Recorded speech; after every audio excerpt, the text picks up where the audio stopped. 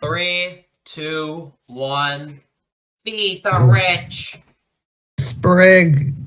Welcome Okay. back. Welcome back to the start of Wel- a new season of the Campy Cast series. Welcome back. This is part two of our three-part Disney Channel series. Yeah, our Uh, last one was the Owl House, and now it's yeah, Amphibia, a show about talking mhm, frogs, which we'll yeah, talk about today.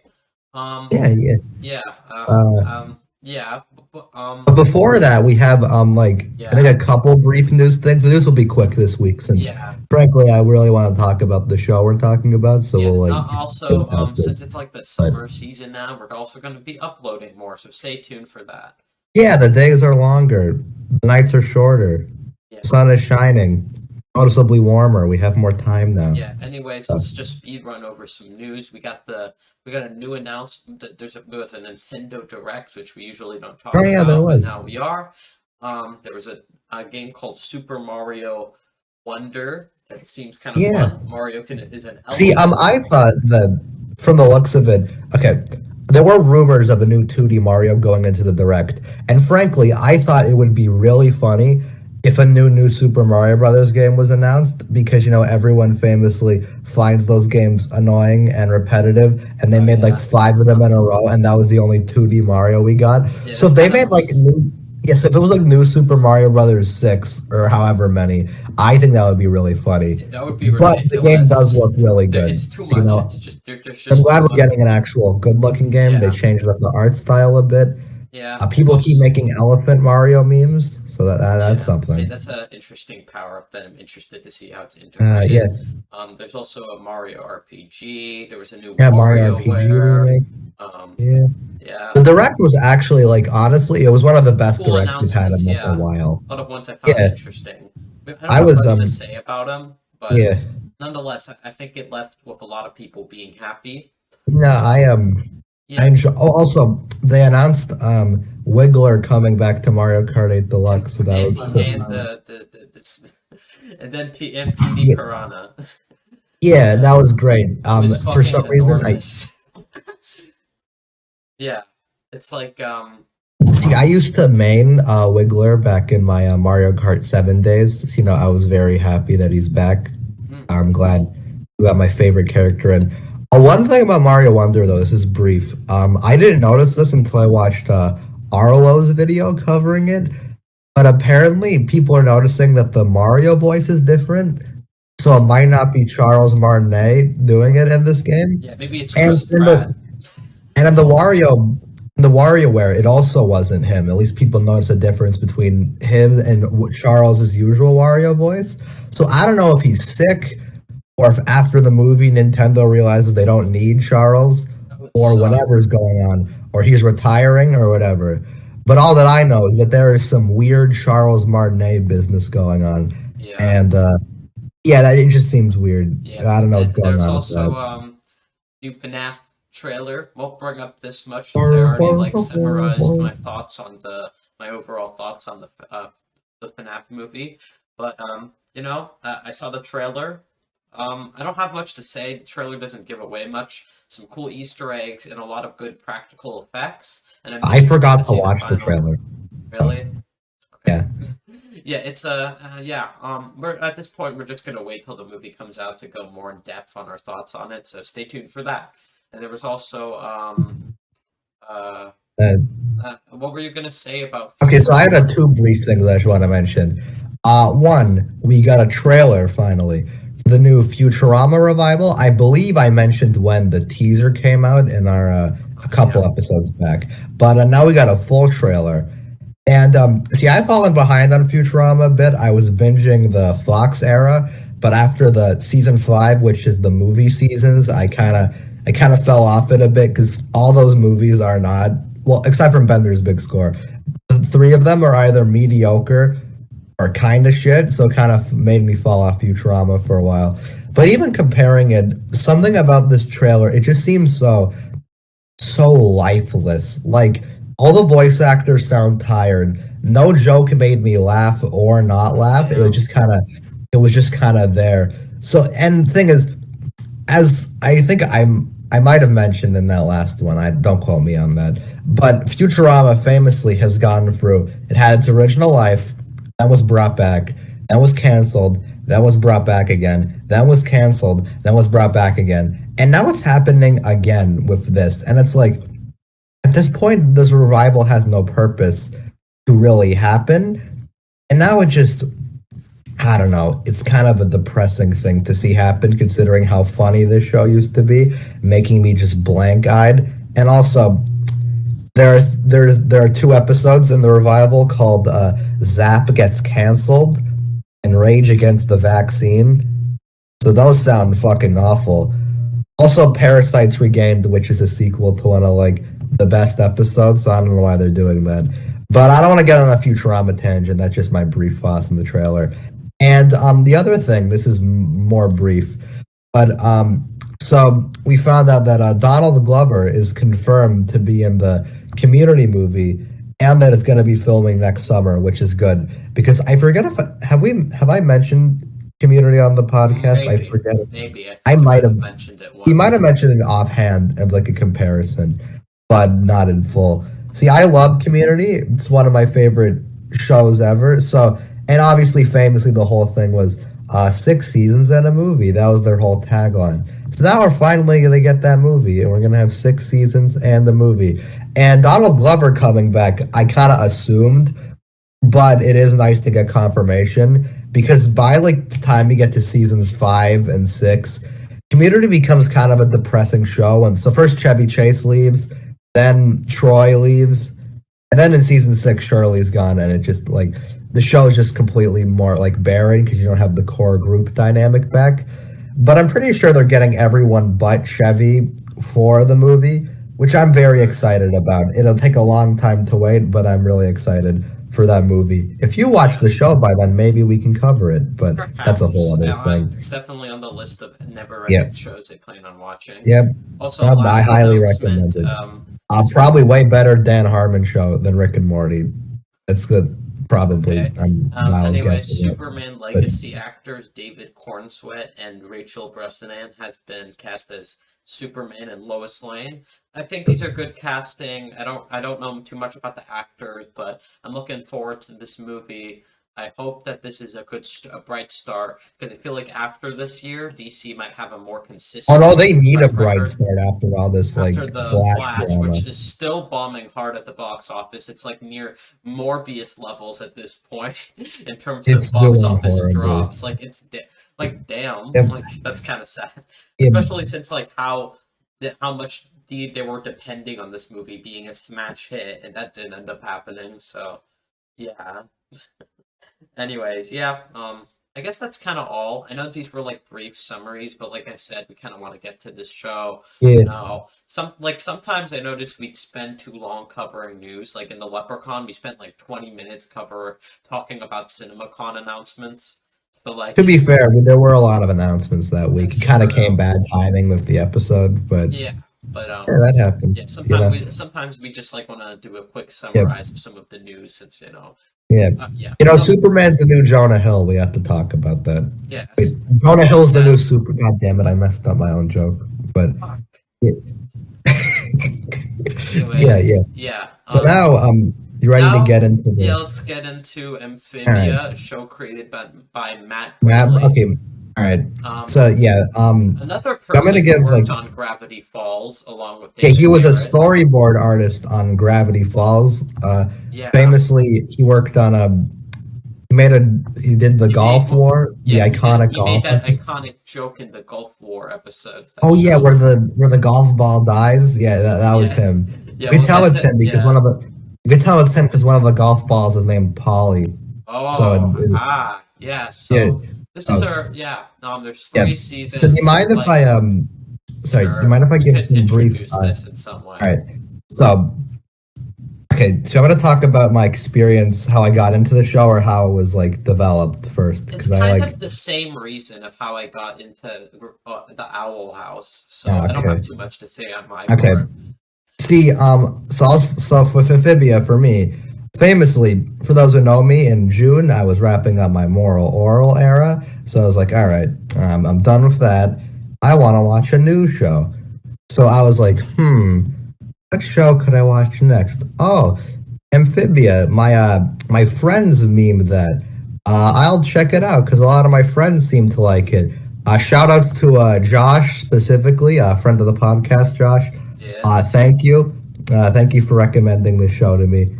You could argue it ruined my life, but that's a whole other thing. And then eventually, throughout the course of, I think nearly a year ago today, actually, I became kind of obsessed with the show by the time I finished it. And famously now, it's one of my favorite shows ever. That's Favorite kind of a shows. compliment. Okay. Oh, yeah, well, yeah. Yeah. I It's guess not one of the best shows. If I liked the show because it was flawless, that would not be the case at all. Okay, yeah. But As for my thoughts, I kind of started this because, I recently watched all that was available at the Owl House, and then I heard about this other show that was around the same, story yeah, structure. because it's kind of a Venn diagram. Amphibia and Owl House fans have a big overlap. I tend to notice. Yeah, because So after Gravity Falls ended, when they heard about these two shows, they ended up being hooked to them. So, yeah, they're like yeah. Gravity Falls storyboard artists are And there's getting even their shows. references to Gravity Falls in both of these shows, and I Oh, guess very that, blatant in this show's yeah, case. yeah, which I'm Uh, excited to talk about that later in the yeah, episode. But yeah, see, yeah. So let's, I guess, yeah. Screened by Matt yeah, Braley. It's yeah, another story-driven type show. yeah. Though All right. though it's differently paced in some way, which Oh, yeah, I definitely. appreciate at times. But at the same I'd argue time, this I show have has really issues. good pacing for the most part, but hold on. Mm. All right, We can kind I of give my we kind of have conflicting opinions with yeah, season one of the show yeah, because we'll get I into that in a sec though. Sorry, can I give my brief development thing? sure. It'll be all right. So basically, the show was inspired by Matt Braley, the GOAT. Hey, that's my name. He as a kid he was okay. So he's Thai, and he went on every summer he went on vacations with his mom to Thailand. And point is, because he was raised in America, he was not familiar with the environment at all. He couldn't basically he felt like a fish out of water in a way, especially considering his parents obviously were very familiar with that environment. He had cousins there who didn't speak English at all. He felt like an outsider completely. But then by the end of the summer each year, he always wanted to he described he always wanted to stay and became accustomed to that environment. So that story was partially what Matt has described as the inspiration for Amphibia, getting lost in another world completely and slowly growing attached to it throughout, which is basically what happens in Amphibia. And this whole show actually has a lot of inspirations from stuff in Matt's life and just things he's into. You can very much tell that through all the video game references and RPGs and all that jazz. But that's a whole other story. I just wanted to give a brief setup. Also, Anne's hair was inspired by a photo of Matt's grandma. I find that sweet. But anyway, That's now nice. it's getting to Yeah. Anyways, I guess we could start talking about the quality. Spoilers. I know. I keep saying spoilers, and I know it's kind of an obvious thing when watching them, Yeah. but I want to say it nonetheless. All right. But I don't know, just in case some No, people for some that's fair. You reason gotta. inexplicably think that we will discuss the entirety of the show without me putting spoilers. But still, I want to bring it up regardless. Yeah, no, that makes sense. Yeah. So, Amphibia season 1. I have to be It's honest, great. I'm not a huge fan of this one. It's not Ugh, bad by any means. that's true. There's a couple good episodes. Well, I enjoyed certain aspects of it, but overall, it's ugh, just something I had a hard time getting into.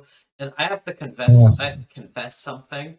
When I first watched this show, I kind of stopped halfway because I wasn't really Oh interested, boy. only to come back a while ago later and then just binge the rest of the show in a one Huh. sitting. Well, So that's better. I Now you're kind of did that talking. to make up Okay. for it in some way. And So, I ended up getting okay. much more into it after a while. All right. Yeah, I've been doing a lot of the talking. You want to describe the premise for us real Yeah, quickly? I guess that's what we do with show discussions. So it All right. involves the character named Anne Boone Choi, along with her friends Sasha and Sasha and Marcy getting a music box that just swipes them into a world of talking frogs called Amphibia, and Yeah. yeah, there she meets a family of frogs called the Planters, that includes Sprig, who is this like young hyperactive boy character. There's Hop Hop, voiced by Goofy, who is the Gosh. the grandpa of the family, and then there's Fucking do Polly, it who is the again. little mischievous little baby, Yeah, yeah. and we follow her shenanigans trying to adapt to this new world, and we get to know the Mhm. townsfolk. We get to see some different situations here. There's not much plot in this first season. I mean, there's They criticism. sprinkle stuff in, but this is like the least plot focused season I of mean, on one Amphibia, hand, definitely. that's fine, honestly. Honestly, that's fine. I understand the Yeah. importance of all these episodes. It's definitely something you shouldn't skip, like some people have said. Thank you. Okay. I There we think the go. reason is because, But like, it's important that you watch these characters doing some stuff simple all the time. Because if you're always putting them in these life-threatening situations, you're not going to be as hooked to the overall yeah, story. exactly. You need like I think that okay, Matt Braley famously hates it when people call things filler, which actually I agree with 100% because even if I think people describe filler as like okay, that's a whole other tangent. But the thing is, I think season one is actually really well paced. I think you're gonna disagree with me on this a lot, A but little. see, because thing is, everyone a common argument I've seen from people who don't like season one is that it's skippable. You gotta skip episodes. When really, if you skip a chunk of season one, I hate you. And the reason why I hate you is because okay, well, partially the finale, the season one finale, is why I think that. But like, the thing is, the whole point of the season, right? See, Anne, like I kind of mentioned in that beginning, she's like slowly getting used to Warwood and all the citizens. She's warming up to the planters in the town. Eventually, they get used to her by the end. And in the finale, that her relationships with everyone else is why you even feel anything during reunion. That's the whole Yeah, thing. But if that's you why I don't like watch the any of these finale a lot. episodes, your enjoyment of the show is going to be extremely diminished because I have no idea how you can like start season two and be like, oh man, and like not have seen season one and be like, yep, oh man, I love these characters. I love Wally. Like, you're not gonna get all that previous context, damn it. So the point is Yeah, season one is essential.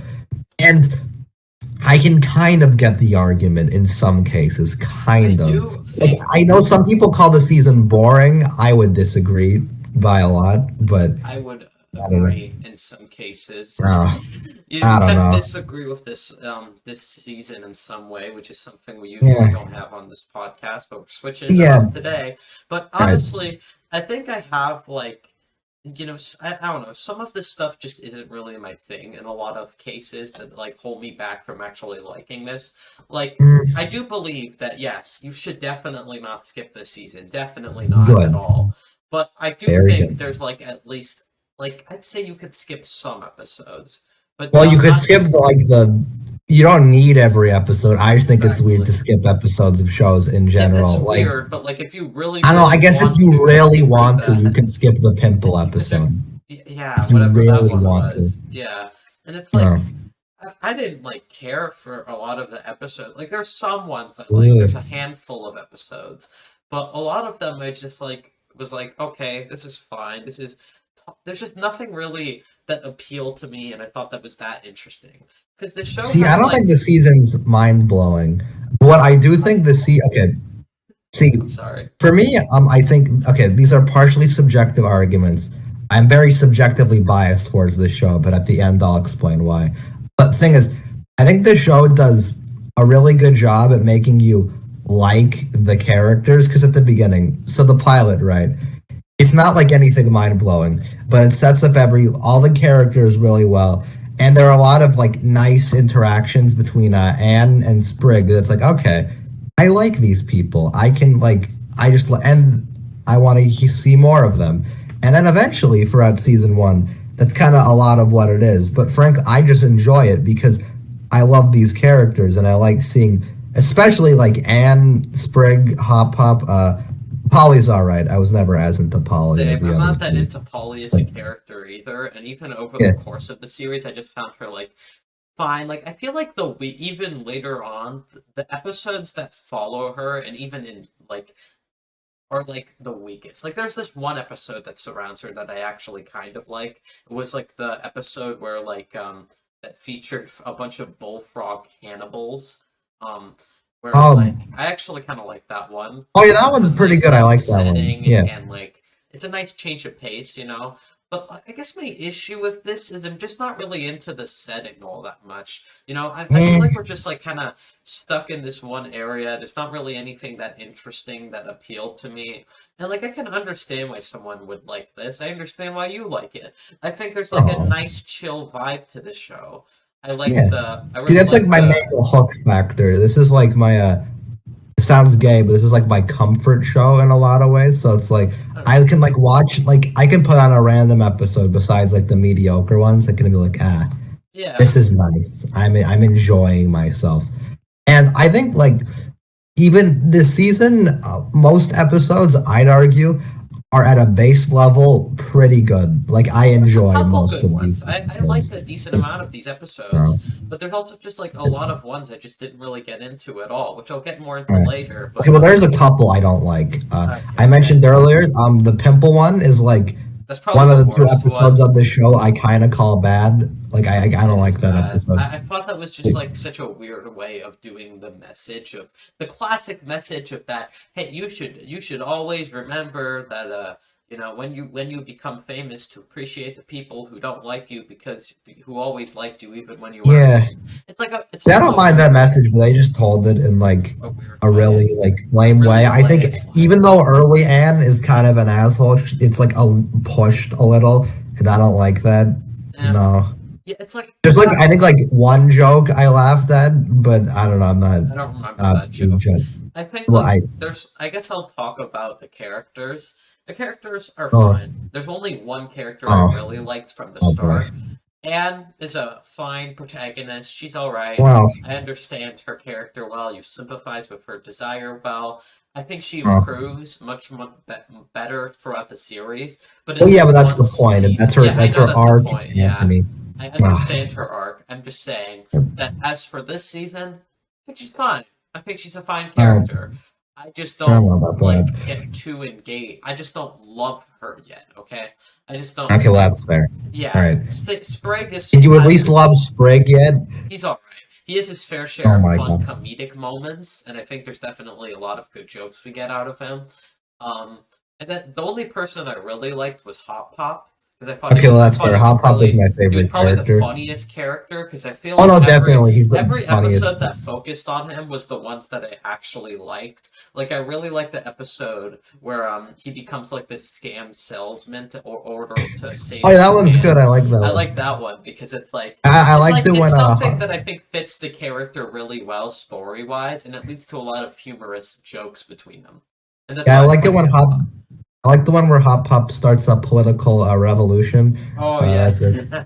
yeah, like when he runs for mayor, that was fun, and I Yeah, like the twist near the end when it turns yeah, out like the reason he didn't even win mayor is because he didn't think of advertising like for away from it. That's a funny twist. I like yeah. That's a that. good joke. Yeah. I think okay.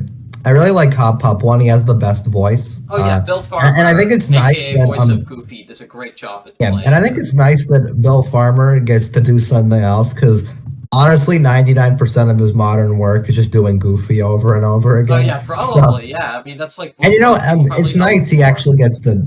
It's more so later actually, but it's nice he gets to do like dramatic voice acting because when he's Goofy, you're not gonna take that seriously, Gosh. except from a Goofy movie, I guess. They just get him for a bunch of stupid, goofy slapstick jokes. It's nice.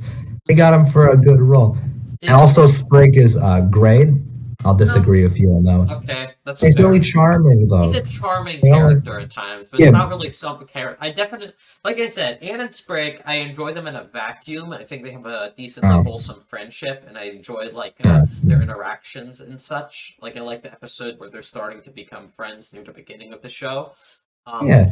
but like I feel I'm not like as attached to them yet, and I feel like that's kind of the Um. point in a lot of areas, like you stated. But like Yeah. yeah, like I said, this show is not story heavy yet, so I know I'm gonna get more engaged with her later. But Yeah. as for No, I these get what you're saying. episodes, yeah, I'm Uh, fine with her. See, uh, Sprig. I think honestly, part of it is just the voice. I don't know if you knew this, but there were in doing some research for this. There were literally over 1,600 auditions for Sprig. It was like a Wow, really high amount or something. that's And a I guess lot they of just got lucky Sprig because they got auditions.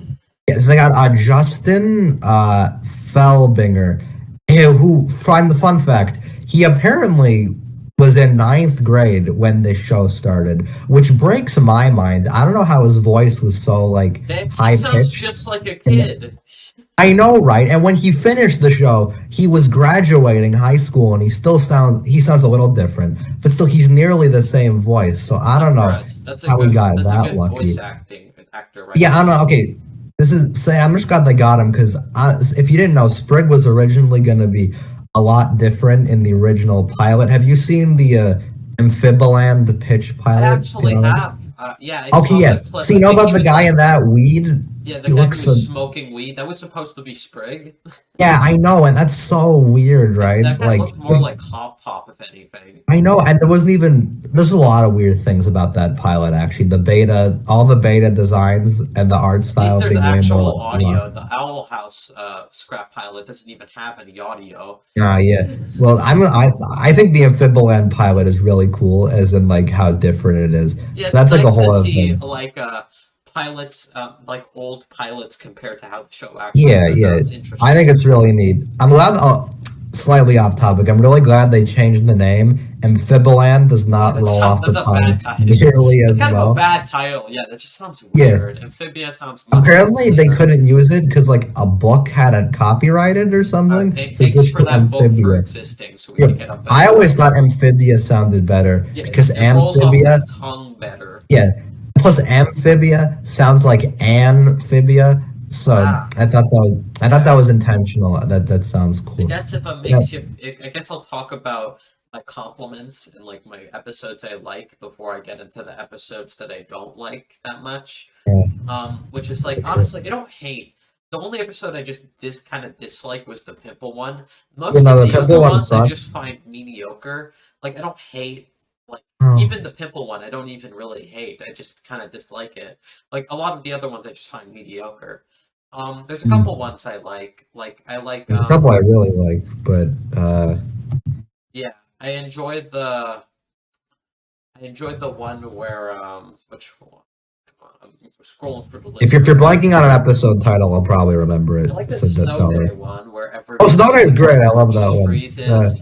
And like what I Yeah, like about that episode, it's a nice concept, It uses this world well, and it's like, because like most of the yeah. episodes, I feel like the concepts they use, aren't really like working for me in terms of what they're doing with their world. I don't know if it's just a me thing, and like I don't know. I It don't might know if be it's a a you, problem for you, probably a but you it's thing. just like But I don't know, just like something yeah, I about can that. kind of get what you're saying. Yeah.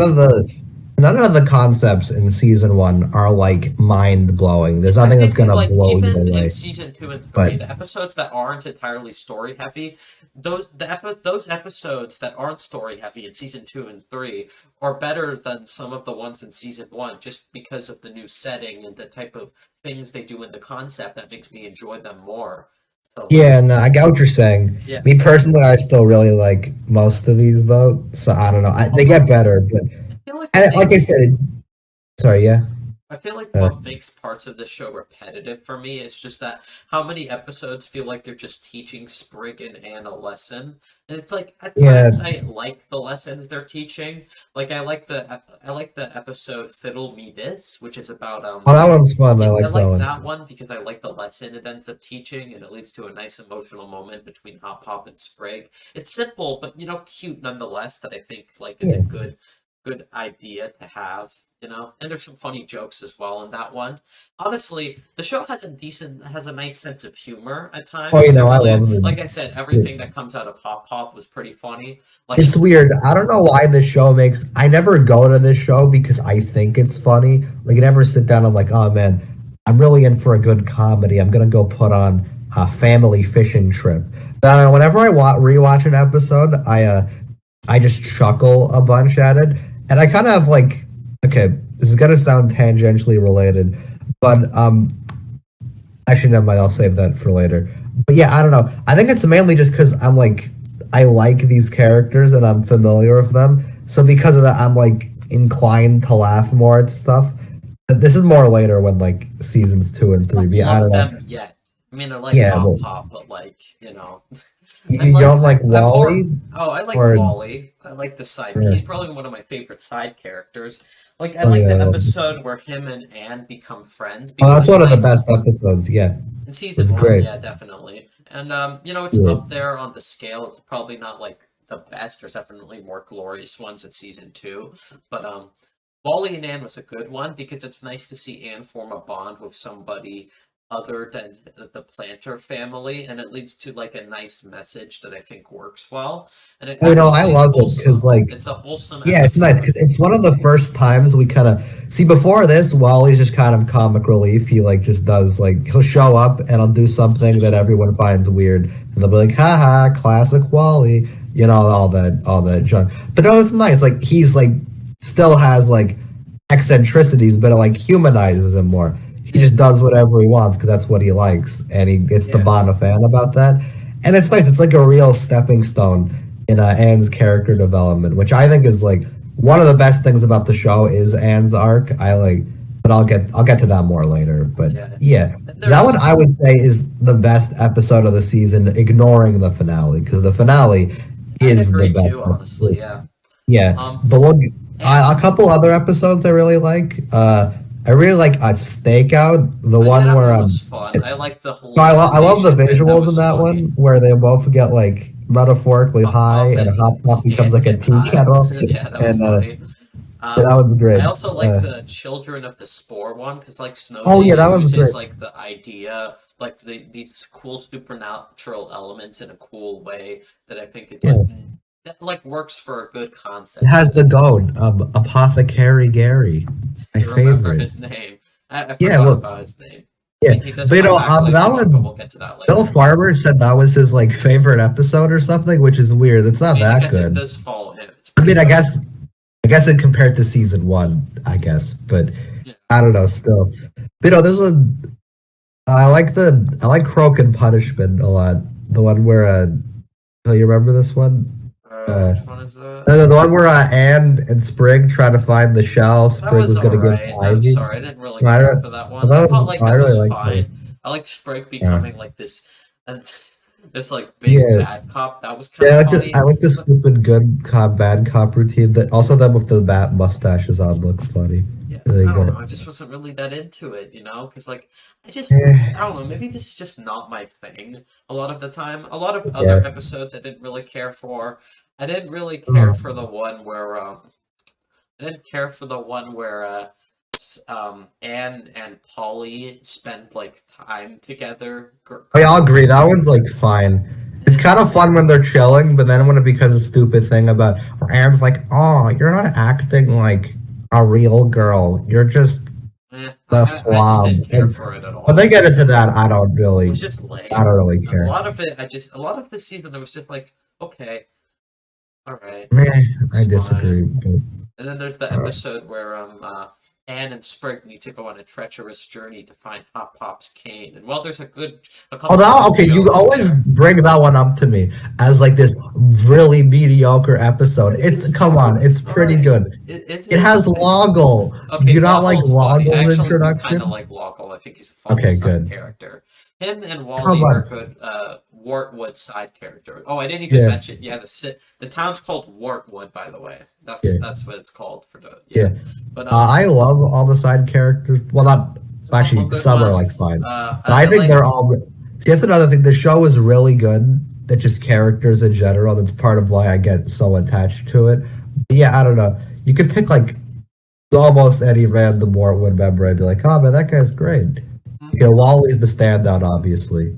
Yeah. You know, the god. I'm not. I don't really care for the one where Sprig and Polly learn more about their ancestors, and the only thing I actually like about that one is the little that was side. pretty good. I don't know. I like the side plot with Hop Pop being buried, entrenched in glue. That was funny.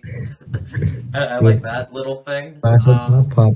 Oh, yeah. do you like Civil War? Do you like the That Twilight? I don't know. Oh my god, I can't. That one's amazing. You don't like amazing? that? I thought Yeah, it was no, fine, it's really funny. They get into this stupid fucking war over Twilight shit, and then like it's like kind of super high scale. Don't get into this. I just don't care. You didn't like the My Dinner with Andre parody joke at the not end? Really? No? I did not. I No? didn't care. You didn't like I did it when not Spring care for Civil War. Did not. You didn't care like for it when Civil Spring War. said. You didn't like when Spring said, "Well, I, the one to live in a town where someone likes Hunter." They got into a war over Twilight shit. You didn't like that? No. I'm sorry. Oh.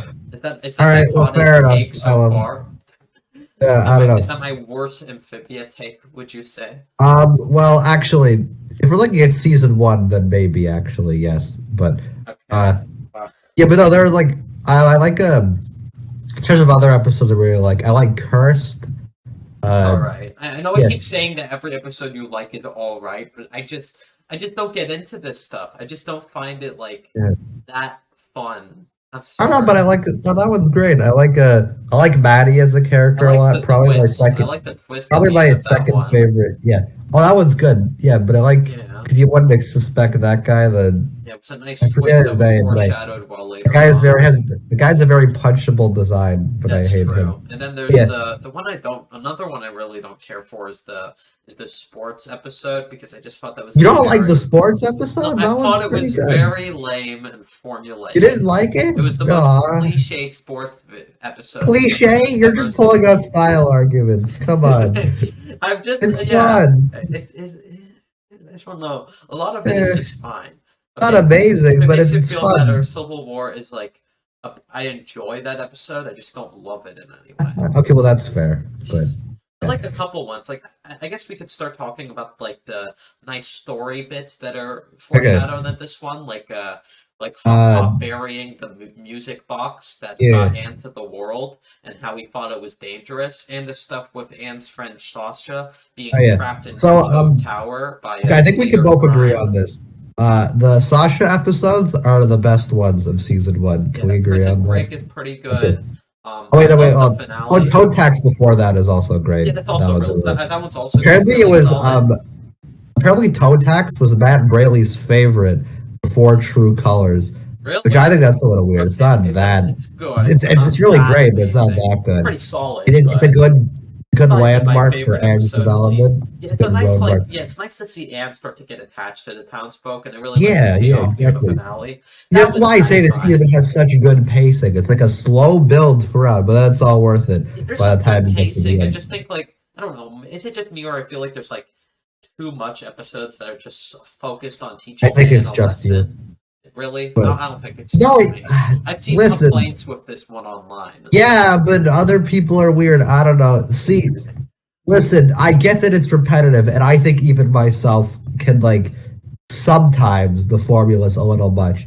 But one, I find it, fun, so I can, ignore that. And two, I think the constant, repeating eventually, it helps the point, because the whole thing at the end, Anne of the Year, the second last episode. Pretty good. They're all it's great, but anyway, so the whole thing, right? It's great, but anyway, so the whole thing, right, is that after all this time, they accept that Anne will constantly do stupid shit by mistake, but because she cares about them and they've grown to appreciate her, it's fine. So I think the season helping that is good because you constantly have that happen. She messes up slightly in different ways. For me is the thing you just brought up with the townsfolk and the Sasha and Anne arc and how they establish it in this one. And I think since we kind of talked about a lot of there's a couple episodes we didn't mention, but honestly I don't really have too much to say about the other ones. I have hold on, let me scroll through. There's a couple I'm gonna highlight a couple more of my favorites. I really like Bazaar. That one's great. Uh, what's another one? Going for the list here. Oh, I really like Grubhog Day. That one's really fun. Yeah, That one. Oh my god, I swear. I like a couple. I don't hate all these episodes. Like I like what else do I like? I like the taking charge one where they watch. Oh, that one's pretty good. Yeah, I like that one. That one's pretty fun. That one was yeah. This also has Suspicion Island. I think that's a great. That's an iconic part of Amphibia. Mocha's great. joke funny. Yeah, but it's great. I kind of enjoyed the one where I actually kind of like the one where Anne has to take care of the planters while they're turning all red and they have to go somewhere. I like that one because I thought the ending was like funny. I thought that was a funny ending. That's a good one. Yeah. Like, see, I don't hate all these episodes, even though I've never said you did. I'm just saying. I like the one where Pop learns to dance because Oh no, that one's great. I really like that one. Yeah, I like Hop Like I said, when Hop Pop is the star, I usually enjoy it because I like him the most as a character. Well, he's my favorite character, so I would have to agree with you. Okay, you see, we agree on some stuff with the season. Yeah, well, not everything, but yeah. Yeah, no, I think hold on. Yeah, there's a couple ones, like the one where Anne and Sprite go to this training camp that comes back later in the show. Come on, Combat Camp's great. That's a great one. I like it. Right. You mad at me for calling all I'm not mad at you because you told me all this before. Yeah, I had told you that I thought that a lot of parts of season 1 of Amphibia were just okay. So yeah, but no, that's another really good episode for like Anne's growth. I find that interesting because like the message. She talks to Tritonio, the other guy. He's great. I like him, and I like it because like he's technically deceiving her, but then he actually gets good advice from her at the end about how not all teachers are bullshit, and you're just a bitch. You kind of gotta pay attention sometimes. Yeah. But, I think it's really nice to have a sweet bond, and then the whole thing is that he's like a con man.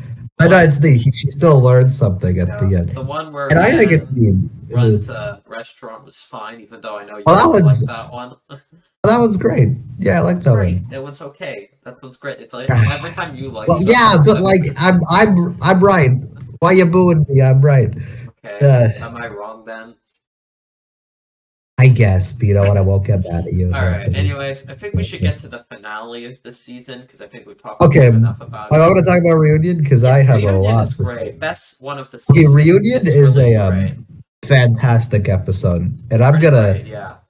Okay, so the thing is, I think that one of my favorite things about the episode, and just season 1 in general, is I think everything with Sasha is super well done, especially in terms of how they're like the best arcs on the show. How they definitely, and how they set up Sasha's turn to being the antagonist. Because basically, so at the beginning, right, we see that so in the first you don't really see it much in we kind of get it in Prison Break and.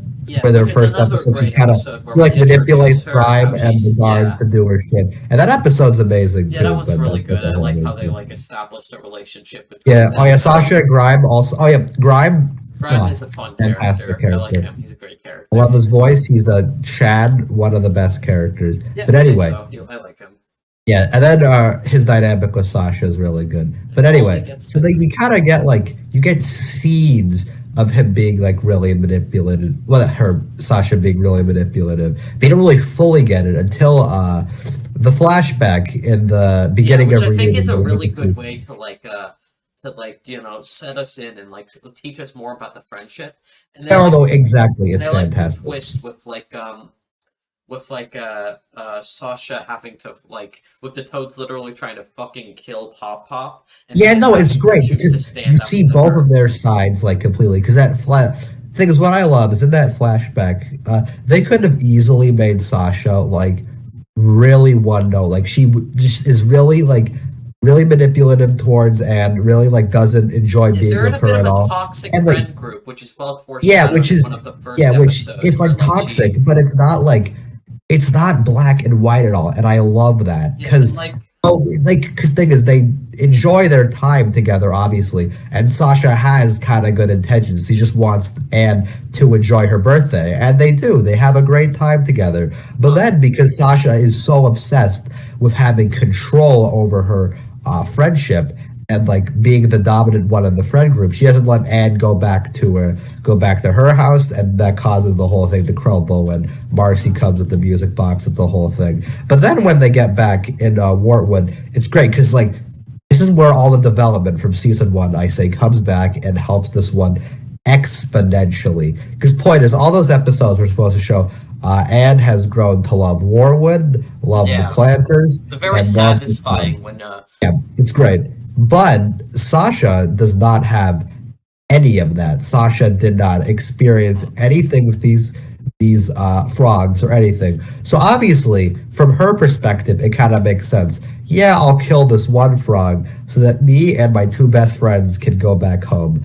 But Anne doesn't see it that way. Obviously, she's had all that. Yeah. And even after Anne, and now normally Anne could just tell her this, but because we've established that Sasha has all those manipulative traits and everything, she's not going to want to listen because she likes having the control over the relationship. Exactly. So the point I'm trying to make here is nothing feels forced, that nothing feels unnatural. It's all done really, really well, and that's what I think makes. One thing I really love about it as well is how I like how they don't just immediately now become enemies, and how Anne still attempts to be on better terms with her and like fix the friendship regardless. It's like really realistically portrayed. Like I really think the show has a good outlook of friendship and change over time. You know, the show talks about stuff like that really. Yeah, and I think this friendship, this toxic view of friendship and how that impacts Anne was like well foreshadowed throughout the series, such as when he explains it to Sprig in one of the first episodes.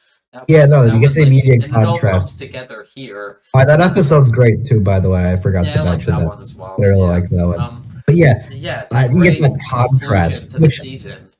The show's really good in contrast. Actually, like at the beginning, you see that flashback of pre-Amphibia Anne, and then now you get to see how much he's changed already in just like one season. It's great. Sasha is also good. Oh, I love that part. And Sprig's speech where he's like, "For Anne's friend, you sure don't know her very well," and he goes on this whole thing. It's really nice. Sweet. I love that part. It's a nice conclusion. And the final part where Anne finally stands up to her, and she's like, "Something I should have done a long time ago, standing up to you." And then they do the whole big fight. It's great. Yeah. And like the tower. I can't even. Those like final couple minutes are so fucking good. I love that. Yeah, it's just just the climax. It all comes together. The lead on needle drop. Oh, it's so good. Yeah, it's great. I like the. Apparently, Matt really just listened to that song a lot during the development of the show, so that's why I put it in. Which the show never uses licensed music like that ever again, but I think it really fits the moment, sells everything well, and then unless we want to count the K-pop or whatever. Well, the K-pop. Okay, I forgot about the K-pop, but that's later. Yeah, that's much later. Yeah. Anyway, and then it just and then that like final part where like they do it all visually right. Like Sasha just looks up and sees that Anne has a part that still cares about Anne. Regardless of like her. Oh no, she 100% cares about Anne. That's why she's like her main inner conflict that I think is done really well throughout the rest of the series. And I think terms of what the season does well is establishing that arc really well. So exactly. That's a huge compliment I can give to it this season. Yeah.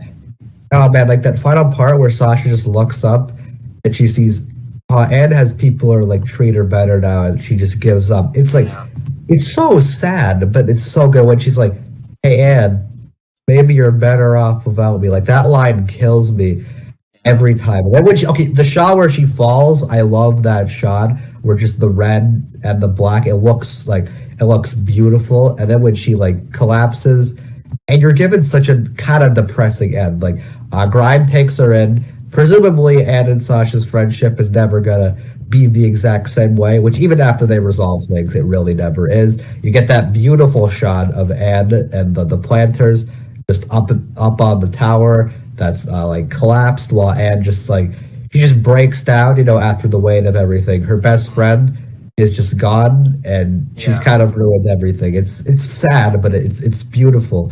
And then when they come back to like Mortwood, that's just one of my favorite Amphibia scenes where they're like, she's like, "Oh, you guys are my family now," and then they're like, they like come up with a plan to get Anne home, and they Yeah. have a nice little hug, and it ends things. It's Yeah. such a I nice, guess nice like little end. yeah, and I guess And sorry, one more thing, and the credits too. They do it all the season finales do different things for the credits, and they all look really nice. I love the art there. yeah. It's Speaking of great. that, like the animation in the show is also pretty good. I don't have Oh, I much to love the say art about it, but style. the art style is pretty That's good. one of the main things that hooked me to it. Actually, Yeah, it I love looks really I love nice. all the character designs, like especially Spring and Hot Pop. Like the reason I was hooked to them immediately is because I like their designs the most, and even all the characters really. They have such like a neat, like kind of simplistic look, but also very distinct. I Uh, love all that. They all look yeah. great, and Uh-huh. Yeah, and same with the music and whatnot. Like oh, you the mentioned music. earlier. Yeah. Okay, I can't even not mention the music. I love okay, Yeah. the closing credits is like my comfort song. It's just so nice, calming. Anyways, yeah, Good. I we talked love a it. lot about season one. I think we should. Hold on. I have a couple. Sorry, I haven't. You mind if I say a little more about the music? I have a quick thing. Sure. Oh yeah. So the Okay. So also the opening credits are really good too. But a quick fun fact I want to mention. Okay, have you heard like the vocal version of the theme song they were gonna do? You heard of this? No. Okay, so apparently they wanted to have like a random person like sing like an art like a lyrical version of the theme song, which was gonna happen. But like for some reason Matt Braley like really hated it being the theme song. He quite literally got stomach sick whenever they like played it at like pre-showings of the show. So that's eventually why we got the composition we do have. And it's great. I love that. They like Yeah. remix it a couple times. It's great. The whole shebang. Love that. Yeah. Sorry, I know I've Anyways, been rambling a lot, but I have a lot to say about this show. yeah. I love it. I guess we get to our ratings since this has been a pretty long segment and it's only going to get longer, so this might be one of our longest episodes. So, I'm giving Yikes. season one of Amphibia a 6 out of 10. And sorry if that's I know that's a controversial Mm. opinion. Who cares? Uh, Except you. I would. Sorry, I was a little disappointed there. I would give it. Okay, so if I had to be like realistic here, I said the season's around like it's around the 7 objectively. I think most episodes are pretty good. They're pretty solid. It gets the job done. However, in my subjective viewpoint, I'd give the season like a low 8. I have a really good time watching this season. Good for you. Like I said, I'm glad. And Frank, and I think this is the season that like really I was able to get completely hooked on the show through the I was hooked repetitive enough like, by the formula. finale, so that was that Okay, made me that was want to like continue watching it. that was like the first episode. Where I was like, holy shit, this is amazing. And then from there, I trekked onwards to season 2. Yeah, And in oh season boy, it one did we me a had a season couple 2. of episodes we didn't mention, but like cracking Mrs. Croker, Okay, classic. cracking Mrs. Croker, I don't like that one very much. You can Same, have but that. yeah. Anyways, It's really stupid how the whole thing is like the beginning of the show. They established that Spring's a weirdo who no one likes because he like has a really morbid sense of humor and does weird shit. yeah. No, apparently, but now everyone likes Spring Okay. except for Mrs. Croker. Like, come on, a Yeah. little much. Anyways, I Too guess much. that's a weird way to end the segment, but who cares? Yeah, well, I don't Let's know. I have a lot of things I could say about season 1, but I don't want this to go on forever. So yeah, we still have 2 more seasons to go. that was season 2. Season 2 is Mwah. great. Best season Chef's of kiss. Amphibia. Fantastic. This is the second season coming right of Christ. here. This is Okay. yeah. Okay. Well, I was Don't go that joking. far, but it is pretty great. This nonetheless. is my favorite season of Amphibia. I think you could agree with me on this. Yeah, easily. Best season Okay, of yeah, Amphibia. There's some I genuinely adore season fantastic 2. episodes here that I loved. So I Yeah. guess I'll summarize this. It takes place like after season 2, where now we have our gang. Season one. God, why did I say it wrong? Season 2 Alright. with our gang heading to a place called Newtopia, Actually, just wait, like so this place yeah. of this different place in Amphibia run by a king named King Andreas, which I'll get to later since he's a great character. the Chad.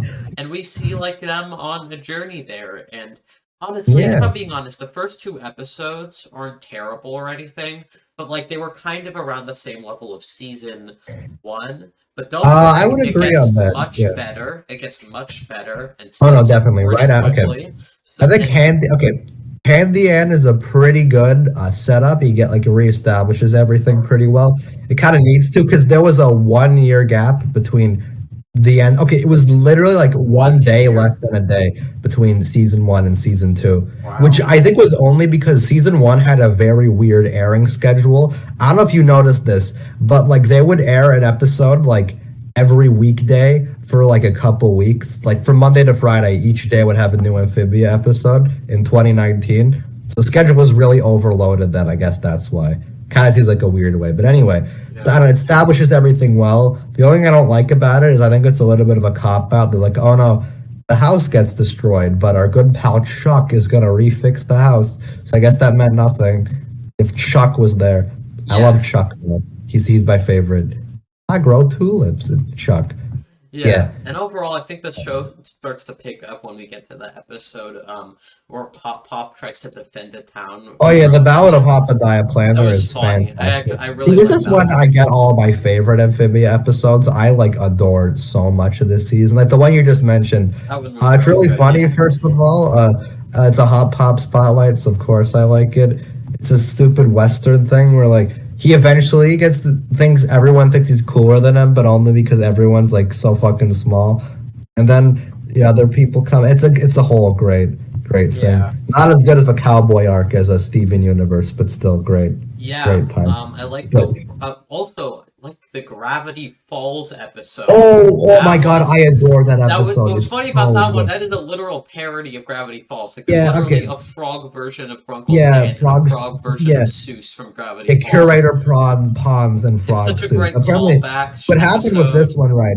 Because I think Matt Braley always wanted to do a Gravity Falls tribute because famously he was a constant storyboard artist for the show. So he was like, all right, I gotta pay tribute. But he thought an actual crossover would be weird, which like Yeah, of that'd be course, 'cause stupid. it's like So yeah, then he just did something like this, and this is the perfect way. yeah, it's Because really funny. this is really embarrassing, but when I first watched this episode, I hadn't seen Gravity Falls, so Oh, I damn, didn't- that kind of sucks. Yeah, it was Which is so kinda funny weird, but- when I saw this like version of Grunkle Stan who literally tries to kill Anne, yeah.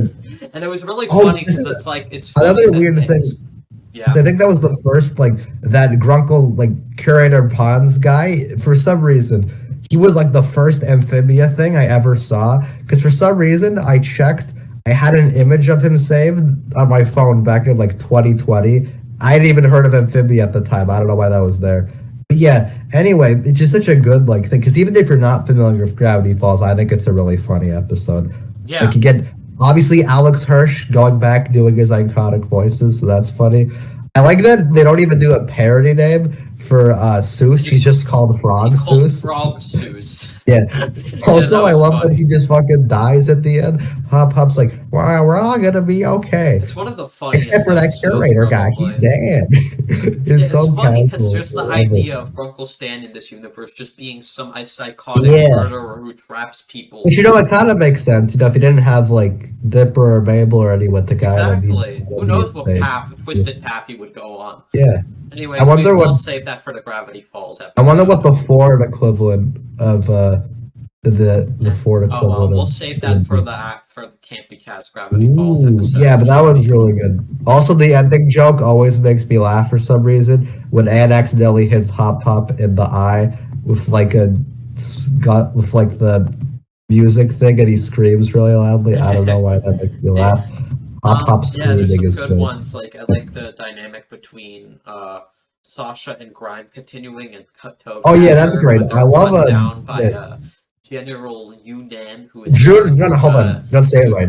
General Unad, Scourge of the Sand Wars, the feeder of Ragnar the Wretched, and the youngest dude ever to achieve the rank of general in the Grand Utopian Army. See, I gotta do it. Remember that way. that? Yeah, I don't even. yeah, I just remember the first part of the speech she yeah. says. I always remember the first bit, and I have to sometimes That look up the episode's a rest. ton But of yeah, fun, and I like how it yeah. continues No, the to Toadcatcher is establish amazing. Sasha's Yeah, inner conflict about wanting to become friends with Anne, but also wanting to be in yeah. control of their move. But then with Sasha having to grapple with the fact that she's changed, it's like I it's mean, great. It's it's really great sweet. I conflict. like how I like the bond she forms with Grime because Yeah, really like Grime's the only genuine person she can friends. like count on, and Uh-huh. it's really sweet. And they play off each other nicely. I Yeah, I love like how that they continue a lot. the character of One-Eyed Wally in the episode where Oh, like Wally, yeah, okay, they do a Wally spotlight later. yeah, where I like he's the like like. comes from a rich family. That was I funny. like the depth they give to him. That even though he's rich, he just like he likes being the little weird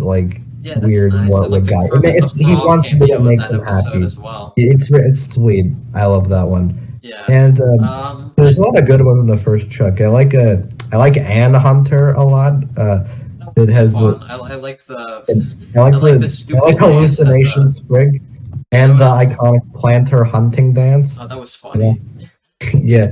Yeah, I like the I'm looking Hop for. Hop actor one because Hop Oh, Hop. I love I that one. love That the one's so episodes that good. focus on him becoming an actor. Yeah. That's always Oh, I that think. one's actually, if you didn't know, that one was foreshadowed, kinda, because in Best Franz, when they're trying to sneak in to get the key for a hop hop, he's reading a book called "So You Failed as an Actor." So Oh, I never. That's a yeah, nice detail. I yeah, never noticed it's a that. great detail, and that one is really funny. I love Sprig being like, "And the theater kids don't like me," and he's really insecure Yeah, that about it was for funny. I some like reason. Sprig becoming an Oh, actor as well. also See, the the Anne thing puzzle plot.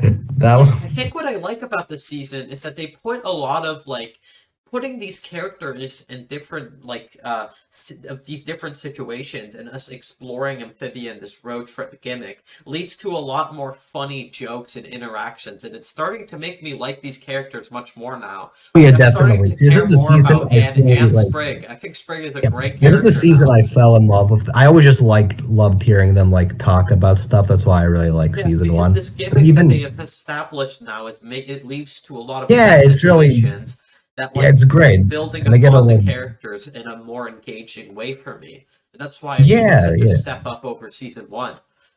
Yeah, no, I definitely agree. Like I love season one, but season two is just Yeah, so good. it's so good. So Yeah, good. another great one I like is how they introduce one of Anne's other friends who was Oh also yeah. swept to Amphibia named Marcy. And I Oh think my God, Marcy is Marcy. one of the Can I best talk about characters. Marcy?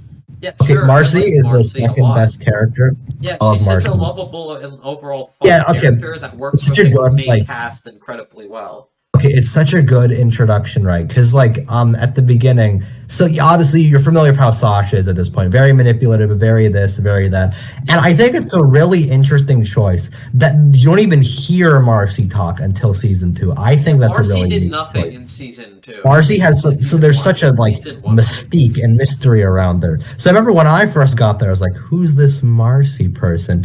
And then her first scene, okay, the scene where well, technically her first scene is the flashback where she keeps stumbling around and being clumsy, which is really funny. I love that part. Yeah. But then her first scene, the scene where Anne and Marcy reunite is so sweet. I love that It's a part. sweet It gives me, moment. I like their it gives me like friendship. a big ass dumbass smile every time. And then like afterwards, you perfectly get her personality because you have like this really good scene where she goes over to Hop Hop and's like, oh man, you're in the farming community.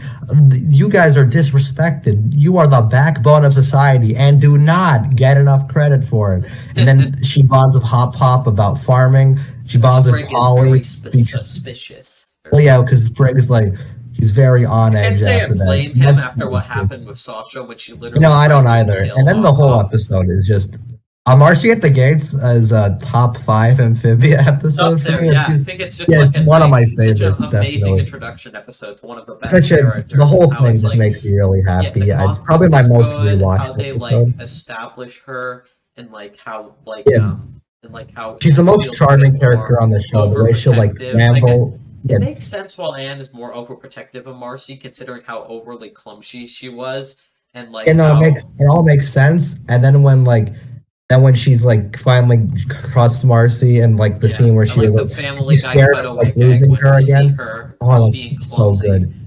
Yeah, she's really, that's like a media way to endear the audience to her, because every Yeah, scene, just this clumsy, I, quirky attitude that I think works really Marcy's the well. best. Yeah, she's the But yeah, best and character, then, and that's only improved later in the season. yeah, all her development is amazing too, but Yeah. that's a whole other can of worms. But then, I love the end scene of the episode too, where they like make the plan to go find Sasha. They're like, I'm Marcy Wu, and I'm Anne Boonshoy.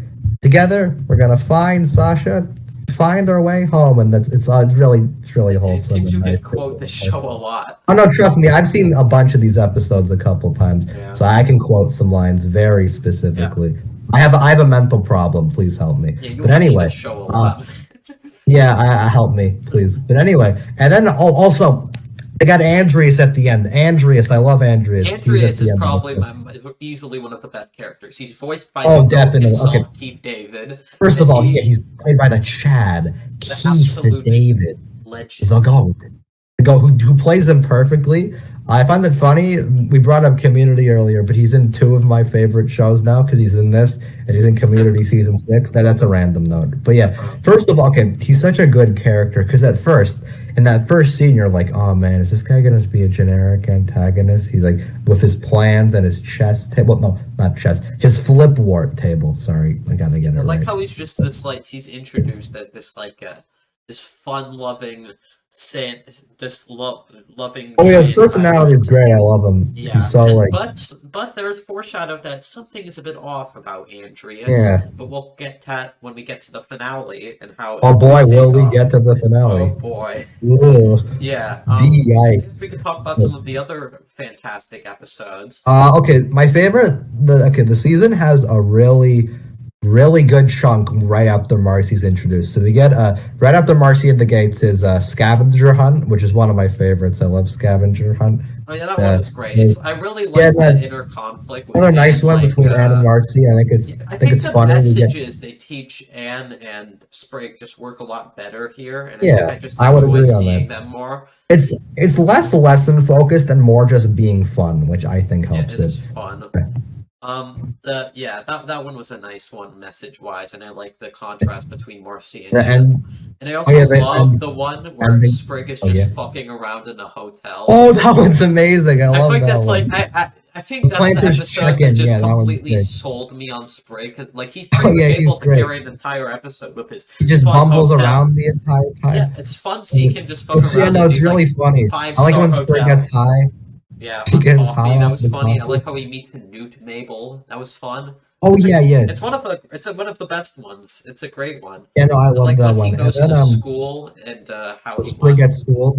Yeah, that one was also great because I like him going to. I just like him going to school, and I like him like just trying to get Pop to be proud, and I like the ending where Pop is just like thinks it's too good to be true, and it's just never to get home. And then there's also Dream. Forget the ding dang dream. It's great. There's a lot of funny lines of Pop in this show, by the way. Oh, and also I like the one before that, Lost in Newtopia, the Anne and Polly episode. That one's really good. That one's really fun. You don't get a lot of Anne and Polly. It's always Anne and Sprig or Anne and Pop, but it's nice when we do get it. One of the episodes I wasn't the biggest fan of was the one that was Truck Stop Polly, which wasn't bad, but it was just kind of okay. I think that one's compared to pretty. The other episodes of season 1, it's definitely a step down. I guess I just don't really care for Polly that much as a character. I think it's pretty good, but not amazing. The most notable thing about Polly is that her voice actress, her only other like main credits are voicing Poppy in the 2D Trolls shorts. So I feel really bad for her. And I think oh god, even worse. And Blossom in the Powerpuff Girls reboot. So this is like the only. So this is like the only good show she's like done. So I guess I'm happy for her. That's a step up from her other roles. Show. I haven't mentioned all the voice actors are really great. And everything technical, I think, works well. The score, the animation, the voice acting, all of that works really well. Mwah. Chef's kiss. Great. Yeah. I know we usually like mentioning the technical aspects of the shows we talk about. Like at the I love it with this one because like this is a show I really like. Maybe it's because I have brain rot from watching these episodes a bunch of times, but I just like how this show's animated a lot. like specific shots and character posing. It's all Yeah. I don't know how to explain it without sounding retarded, but it's all And great one of my stuff. favorite ones is also Hopping Mall, which is just Oh, Hopping Mall. a very Okay. wholesome episode. Very Okay, so wholesome. everyone always talks about the ending of Hopping Mall, and you know what? It's amazing. Yeah, It's a great it's ending. fantastic. Where Anne But and the whole Sprig thing just is really talk nice. about The their, story about how parents. about Anne trying to win this gift for her mom, and the whole thing. The whole thing is really fun. I like the whole Thing. stupid cart And I thing love the with side Anne plot and with Hop Sprig. Pop getting like this Oh this yeah, massage chair. That was funny. Like I said, And Hop then- Pop's like the funniest character on the show for me. Like he's just so funny. He was like the character that I loved from the start, and I still love him in this Oh yeah, season. definitely. And I'm Yeah, on he's top really of funny that, I'm though. also And then, getting much more into Anne and Sprig as characters. Yeah. So oh, and that all helps when you get to Hopping Mall's ending, which I think some people have said that kind of catches them off guard. You know, the stupid mall episode ending with this dramatic scene where no, I Anne don't like. think so, because I think that was like really well built up. Well, I think it's set up well, but I know some people it's caught them off guard. That scene Okay. is amazing, though. I love that Yeah, it's a whole great part. scene. I like It's like a casual conversation. It looks beautiful, like and the even the when way they shot end up returning back to Wartwood near the end of the season, Oh, the well. episodes that take place there are actually pretty good. Are still really good. Yeah. Like I Well, just there's like actually the a couple ideas more and concepts we're- more. Yeah. Well, there's a couple more when they're in Utopia that I like. yeah, like the Little Frog Town, the Hop Pop Noir episode is amazing. Oh yeah, I love that one. Oh yeah, I love that you one. get Hop I Pop like the bumbling twist around. when it turns out it's just nothing actually happened. Yeah. It was just a Yeah, vision. no, I like it. Oh no, okay. I love that whole thing where it's like Hop Pop is like talking to his narration and it's in black and white. And also the B plot's really funny. Like Anne getting really pissed at these kids who cut in line at the arcade. That was funny. She I gets think really I over don't the know. line Every about time it. Pop Pop stars He in an gets episode, tasered. it's just so good. Oh yeah, definitely. The end joke in that one is so funny though, where he's like still doing his narration and he's like nodding to himself, but like no one else knows what he's doing. So like, Hop Hop, are you okay? He's like, oh no, Yeah, I I'm love narrating this. again. Kids, Yeah. help! And then also the sleepover one, to yeah, end that's all also great. sleepovers. That one's. I think another thing I really like is Marcy's my second favorite. She's like tied with Hop Pop as my favorite character. Pop So it's and nice Marcy when are my so favorites. Yeah. yeah, so it's nice when we get any Anne Marcy episodes because I like their dynamic a Yeah, lot. I It's think really that's nice. what makes me like Anne more. I just love her interpretation of friendship and her connections with the people around her. Oh, yeah, That make that's- me like they care established much that. more about it. And as Yeah, it's neat. since the connections are being much more built up now, it allows me to get much Yeah. more engaged in what's happening. Yeah, they point that out in Scavenger Hunt, like Marcy says. Like She I makes said, connections with like season three one people was she a- met today. You know. Yeah, honestly, It's I think great. season two is as good because of season one. So I'm glad season Yeah. one was like You can't hate on season one because season two Yeah. is the top dog that gave us season all one. amazing I think it's a stuff. great establishing season, but as a whole, I just don't really care for it in terms of quality, despite me Yeah. thinking it's still decent. Just I still disagree with you on that. But, you know, we're agreeing now. I don't want to go back to that. we agree much more in season two because we Yeah. both find it great. Yeah, the sleepover one's really great. I like I said, the Anne Marcy dynamic is really Yeah, great. and Oh, Marcy is just a great character and is always yeah, fun great. to watch, and that's why Yes, she's yeah. like one of my favorite Yeah. characters now. also, then the one after that I really love, the aquarium. Oh, it's, I'm a kind it's of not my favorite, but it is pretty funny. And that one pulled and I at my like the heart scene with a lot. the. I have That to one's admit. funny as a nice Oh, and conclusion the- and like start. It shows that they're starting to. Oh yeah, the ending. I love the whole end scene where Anne like runs back to them and they have that whole thing. It's really really sweet. Yeah. I keep saying this a lot, but the show just makes me really happy. Like it's really sincere and sweet, and all the characters are just nice. So I just love watching it for I that. actually would definitely, unlike season one, where there's like I don't know, like 4 episodes I might want to rewatch again. Most episodes of this season I might actually want to rewatch at a regular. Oh yeah, I basis. have.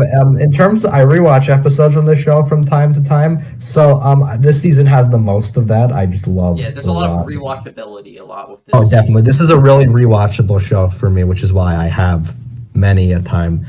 Being Day at the Aquarium, another fantastic one. Yeah. And then right now there was the Halloween special, the Shut-In. Oh, that That was one's also great great. too. I love the Oh, stories they tell in that one. I like oh the yeah, my little favorite is the one with the stupid human versions of Sprig and Polly, yeah. Twig and Molly.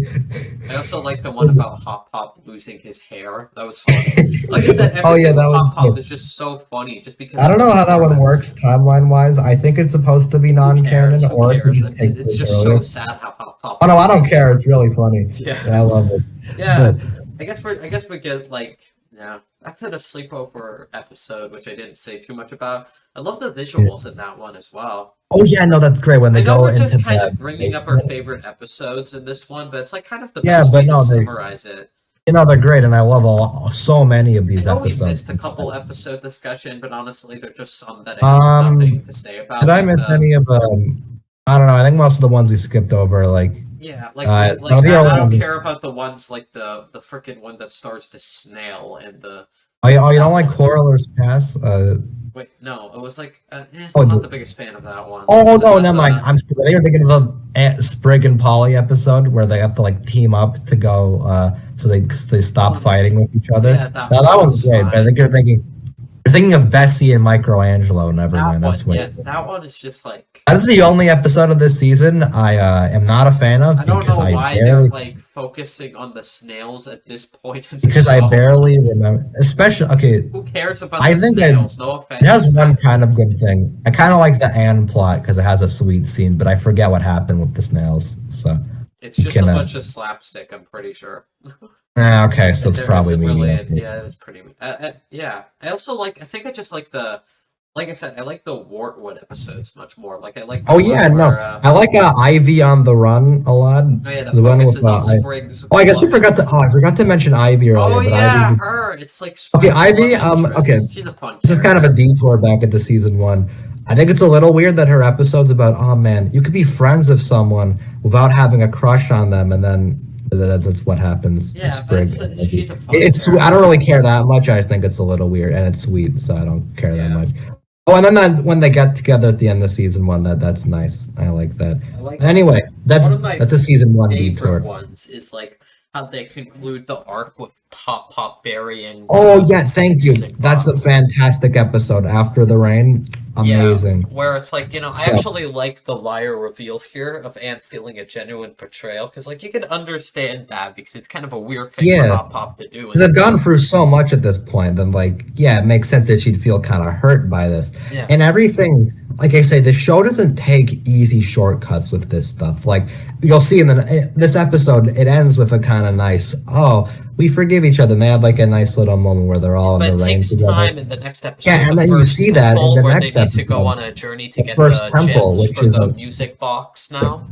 yeah, Yeah, we the didn't first mention temple is that, but another fantastic King episode. Andreas have sent them on a journey to get gems for the music box, and I They like got how all the the episode where they stones try to get the actually. first gem, Yeah, like yeah, oh yeah, stones or whatever, yeah, continues to like build upon the yeah. betrayal.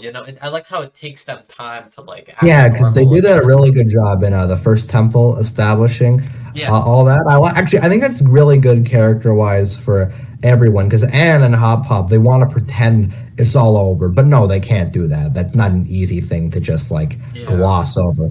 And because Marcy is like stuck in her own little world in this one, kind of, she's so like because she basically just nerds out over all the temple shit because it's like the RPGs and stuff she likes. So she's like completely honed in on that, so she like completely ignores her like outside surroundings. So she becomes blind to all the stuff that's happening with Hop Pop and Anne. And I think it's really interesting for both of them and the conclusion they come to in this one, where it's like we haven't forgiven each other yet. That's a good thing. We can take time. And I think that's really great because not many shows have natural lessons like that. Usually be like, yeah. oh, we just learned our lesson. Oh yeah, and then they're like, Roll good. credits. Yeah, exactly. But no, they do take some like I said, it's just nice that they do that. They don't take this show. I don't think takes many easy outs with stuff, and that's another thing I really like about it. They don't take shortcuts these arcs could take that would diminish their impacts, and that's what I the big Yeah. thing I love about There's the. also one episode with Polly that I actually don't mind in this one. It was like when they I mean, introduced Friends of Frobo, that yeah, one. they introduced this robot guy that was Oh like yeah, Frobo. he was like created in one of the early They episodes, I they guess, by foreshadow accident. Frobo earlier in the season, but Yeah, they kind of and now forget he about him. yeah, as he slowly makes his way to Wartwood, and then he finally comes to Wartwood, and then it's like, that one was nice. Frobo is all right. I also like how That's they did something that they didn't need to do, but I like how they did it. I like how they give the mayor character, Mayor Toadstool, an oh yeah, actual arc Mayor, of him oh, yeah, growing Mayor to like Toadstool the is great. town. Yeah, we didn't mention him, but he's another Yeah. enjoyable side Oh, also character. him and the Toady. Toady's the goat. Oh, yeah. Yeah. Yeah, Yeah. Well, I actually yeah, I enjoy yeah. a lot of episodes like that take place in Mortwood solely because I just like that the concept, and like how they're much Yeah. less dependent on teaching lessons to the characters. Yeah, I would say the Newtopia chunk is a little better, but I still really love both. So it I doesn't. also like the one where the character of Maddie and Marcy. Oh yeah, Maddie and Marcy. That's one of my. It's one of my favorites. It's nice seeing Marcy try to form the same connections that Anne has formed, and it's understandable because it was like well foreshadowed in the scavenger hunt episode. Yeah, no, it's neat, and then like it's nice they both geek out over like magic shit, and it's another really nice one. Neat. I think Maddie is my second favorite Wartwood person behind Wally. Just that she gets another episode. It's a fun one, and then the conclusion they come to with her sisters and stuff. It's neat. I like that episode a lot. Yeah, it's a fun one. Fun. Oh, also the meta joke where they cut to Anne and Sprigga. They're like, you ever think it's weird when the main characters don't show up in an episode? I guess they had like no reason to show up in this plot. So. Yeah. You don't miss them. It's really good. Yeah. And after that, we get another really good chunk. There's the second temple, which I think all the temple episodes are really good. They great. are. I like seeing. I also like the other Grime and Sasha one when they try to recruit a belly into. Barrel's Warhammer. I love that one's great. When they try to fight against Andreas and overthrow him as king. Yeah, no, it's nice. We also get build up. I forgot to mention the other Toads, Percy and Braddock. They're great too. I like them. We get more of them in season 2, and I like them. They're fun. They're fun little characters. We get more of them in this, and I like that. I like this one because I'm like, it shows how like determined Sasha is at this goal. Because really, she has nothing else now. So it's like, yeah, it's interesting. And by this point, her dynamic with Grime's like fully formed. They have some of the best like scenes in the show. Just them like talking and stuff. It's really great. I think the entire like ignoring Bessie and Michelangelo, which is just kind of a very out of place episode. Yeah, no, the ending of season 2 has banger after banger after banger after banger after banger. So it's just kind of weird that we have a couple episodes like near the first part of the season that I don't particularly care for. Like none of the episodes are bad in this season. 90% of them, a lot of them are great, but there's just some that I don't absolutely love, and especially compared to the standard that this season has now established. Do you have any like examples? Because I'm looking through here. I think I like most of these. I'm not the biggest fan of the.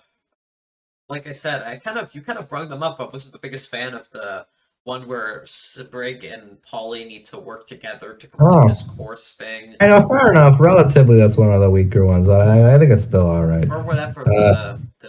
Like Sprig and Polly bond. Oh no, that one has a really good joke though, where Anne pushes Hop Pop out of the wagon because he asked about. He asked about his. That was funny. Yeah, I actually really liked that. That joke's really funny. That joke was that was the most best part of that episode. I agree. You have a that part's girlfriend. really funny. You have a boyfriend. Yeah. Yeah, I think I was gonna bring this up earlier, but part of why I think I find this show really funny is it's gonna sound like a big character interactions, but I think it's gonna sound like a massive detour, but hear me out. So I think part of why I got this is Poonrific Tariq has this video on comparing The Simpsons and Family Guy, and he explained why why The Simpsons is really funny to a lot of people, not just because of the jokes, because you're familiar with everyone Like, you know Homer, you know Marge, you know everyone. And I think that's the same thing why I think that fully explains why I find Amphibia so funny. Because by this point, you're practically familiar with everyone's personalities, like, very well. So now you just get why everyone does the things they do, and that makes it, like, a lot funnier to me in some of the show's funniest episodes. I think I was going to bring that up in season 1, but I forgot. So now back to what we were talking about, late season 2. Yeah. Do you have any other ones you weren't as into, or you want to go back to the? I wasn't that into the one where Hot Pops like has a bunch of rules or something, and then the kids get annoyed by it. Oh, that one's yeah, Ford on the Road's pretty good. Not Pretty one of my forgettable. favorites. I don't even remember much about that one. Yeah. I just remember that specific detail about it. But yeah. Oh, also, this is one more thing when we're going back to early season 2. In a Caravan Named Desire, we forgot to mention the iconic "I'm a tooth, that's the truth" scene. That joke. Boy, this is just like the time I was a tooth. That joke's really funny. She like trips. Like those random gags where and just cuts back to memories at home, like family. Oh yeah, no, we get a couple of those. They're good. Yeah, there's a couple in season 1. But yeah, those are all really great. But yeah, I feel like we kind of went in depth on like almost all of the great episodes of the season. Yeah, there's a couple I think I've talked about nearly all these. Jeez, yeah, there's a couple that like there's some weaker ones like I don't know, Night Drivers is just pretty good. I'm not huge. Yeah, not the best one. The animation. Yeah, Return to War would actually find pretty fun when they like had this list of a bunch of stuff, but they somehow forgot all of it. Just all of it. Now they need to stage some elaborate plan in order to get all the empty boxes and gifts. Oh wait, that one has the best part. Play the forbidden note. Play the forbidden note. Yeah. Yeah. It's great. The show is just much funnier. There's lots of funnier jokes now.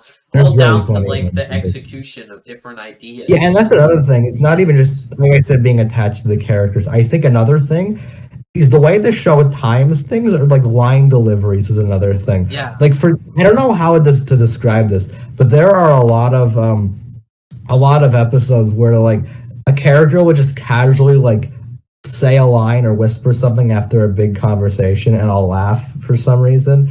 It'll just be like I think it's just because the line deliveries are so casual. Yeah. I just laugh a lot. I guess if you want to, we can start getting in depth on the final couple episodes. I think it's good that we go more in depth into those ones. How they introduce Sasha back into the series after. All right. So you want to talk? Okay.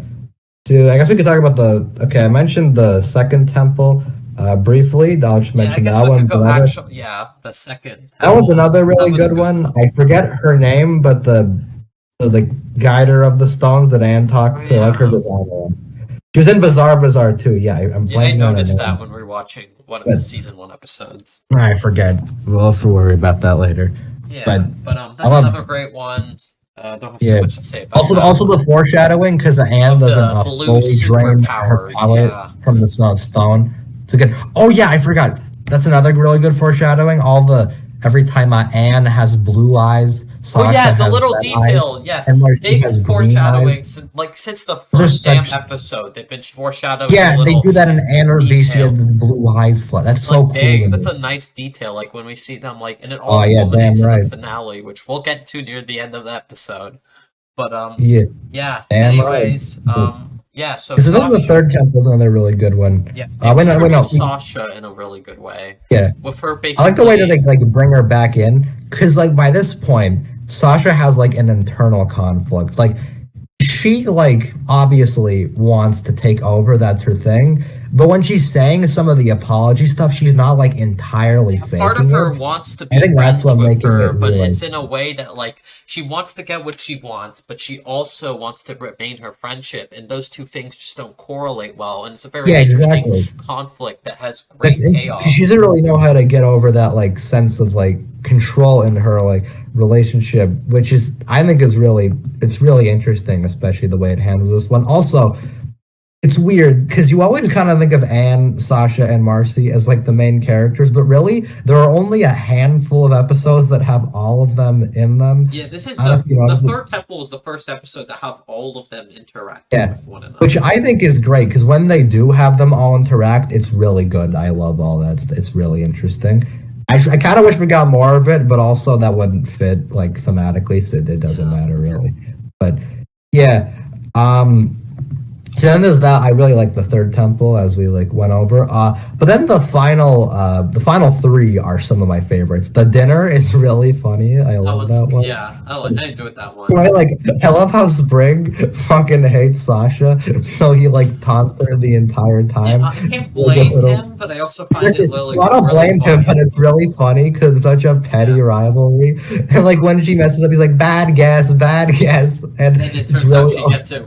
She gets it right. I also like the thing with Grime and his like big ass birthday tradition. Cake tradition. Grime is a great character. I think he's like he also has a really cool design. Oh yeah, his design's great. Yeah, the dinner is one of the funniest episodes to me. I don't know why this makes me laugh, but there's one part where Sasha and Grime keep coughing, and Hop Pop goes, "Anyone need a cough drop?" And for some reason, the stupid line delivery of that and the facial expressions where everyone's dead-eyed while there's a bunch of cough. I don't know why. The part makes me laugh a lot. And then just Sasha and Sprig bickering and shit. Oh, also the end line of the episode where the house blows up and everyone's laughing and Hop Pop goes, "Where are we gonna live?" And then it cuts the credits. That part makes me laugh a lot. But then also and then there's further Anne Sasha development, but that's in the next one. But then Battle of the Bands, oh boy, that's fantastic. I love really like that one just for the simple idea. I like it's just okay. I like that. Okay, it's another really funny one. I love that Grime. He then in a stupid fucking Battle of the Bands, he takes it really seriously and he pulls out this giant harp and he plays this like beautiful power ballad that goes on. He plays this multi-hour harp solo because he's so desperate for competition. It's really, really funny. Yeah. And then he just automatically wins. Yeah, and then also the whole thing.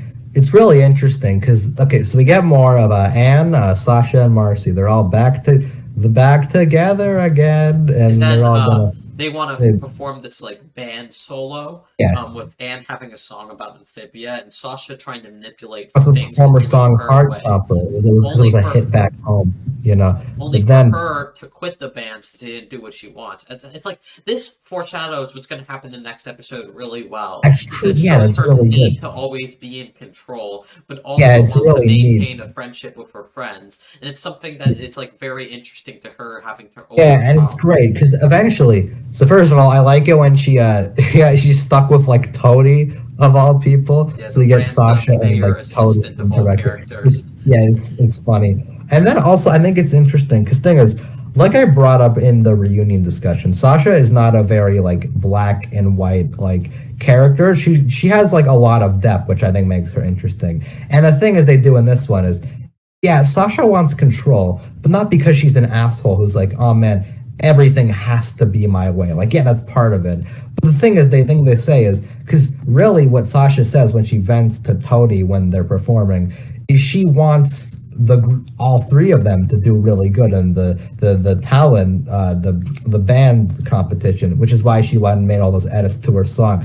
It seems like she's being controlling and manipulative, which it kind of is. But deep down, she has those like good intentions. Good intentions. Yeah, we can't live in good intentions, Marge. But see, we get all that, and then it's nice. Toadie just like gives a speech to her about how you gotta be there for your friends when she needs it. And then in the part where Sasha comes back on during the song. First of all, no big deal. That song's really good, and I think it really fits the tone of the show. And for like a while, I had it stuck in my head for a really long time. I'm embarrassed to admit, but it's a great song. And then the part where Sasha comes in and they play together. It's so nice. I like the detail there where if you pay attention, when Sasha comes on, Marcy is only looking at Anne and Sasha the entire time. because she's so happy that all of her friends are together doing something for once. It's very instead of wholesome. spread a Very. they don't call direct attention to that, but I think it's a really neat little detail they put in, and I like that. Then there's True Colors. Oh, Holy fuck. shit! Okay, so I have a couple brief What an notes. amazing episode! Holy cow! So I have some brief notes before True Colors. We talk about the episode. So first of all, first thing I want to mention is apparently, according to what I've heard from the Amphibia fandom, True Colors experienced a For the Future leak. I think I heard about that. I heard it leaked. It was leaked on iTunes beforehand, which sounds awful. If I was spoiled for this episode, I would lose my mind. Imagine, which was that's a whole other thing. And then it was actually nice. Matt Braley got a bunch of the voice actors to record videos of themselves in character, telling fans to wait for the official release. And he did this pre-stream before the episode came out to make up for it, where he did a bunch of interviews. The voice actors did the voice actor of Loggle, voice actor of Sasha. That's our own thing. I ended up finding out about, but that has nothing to do with Amphibia. Anyways, we'll summarize the episode since this. Yeah, but then we can talk about the episode now. So the first thing, the gang is going back to Newtopia to give the music box to Andrea so they can send them home. However, Marcy has ulterior motives with the music box, as it is shown in the opening that her parents were going to make her move to someplace out of state and separate their friendship.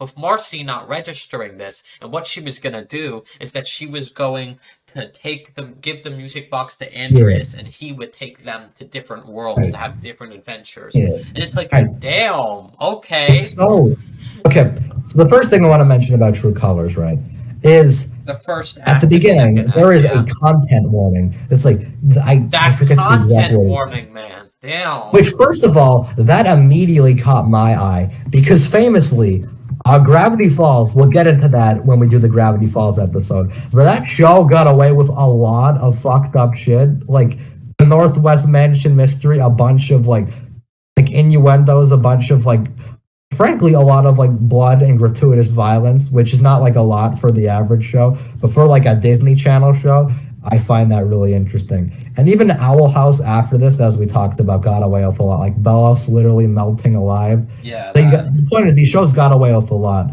So, me sitting here, by the way, True Colors night, one of the best experiences I've had watching an episode of television.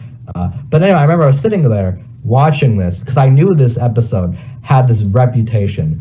True Colors, this massive episode that was changed everything. So it's okay, what's gonna happen in this?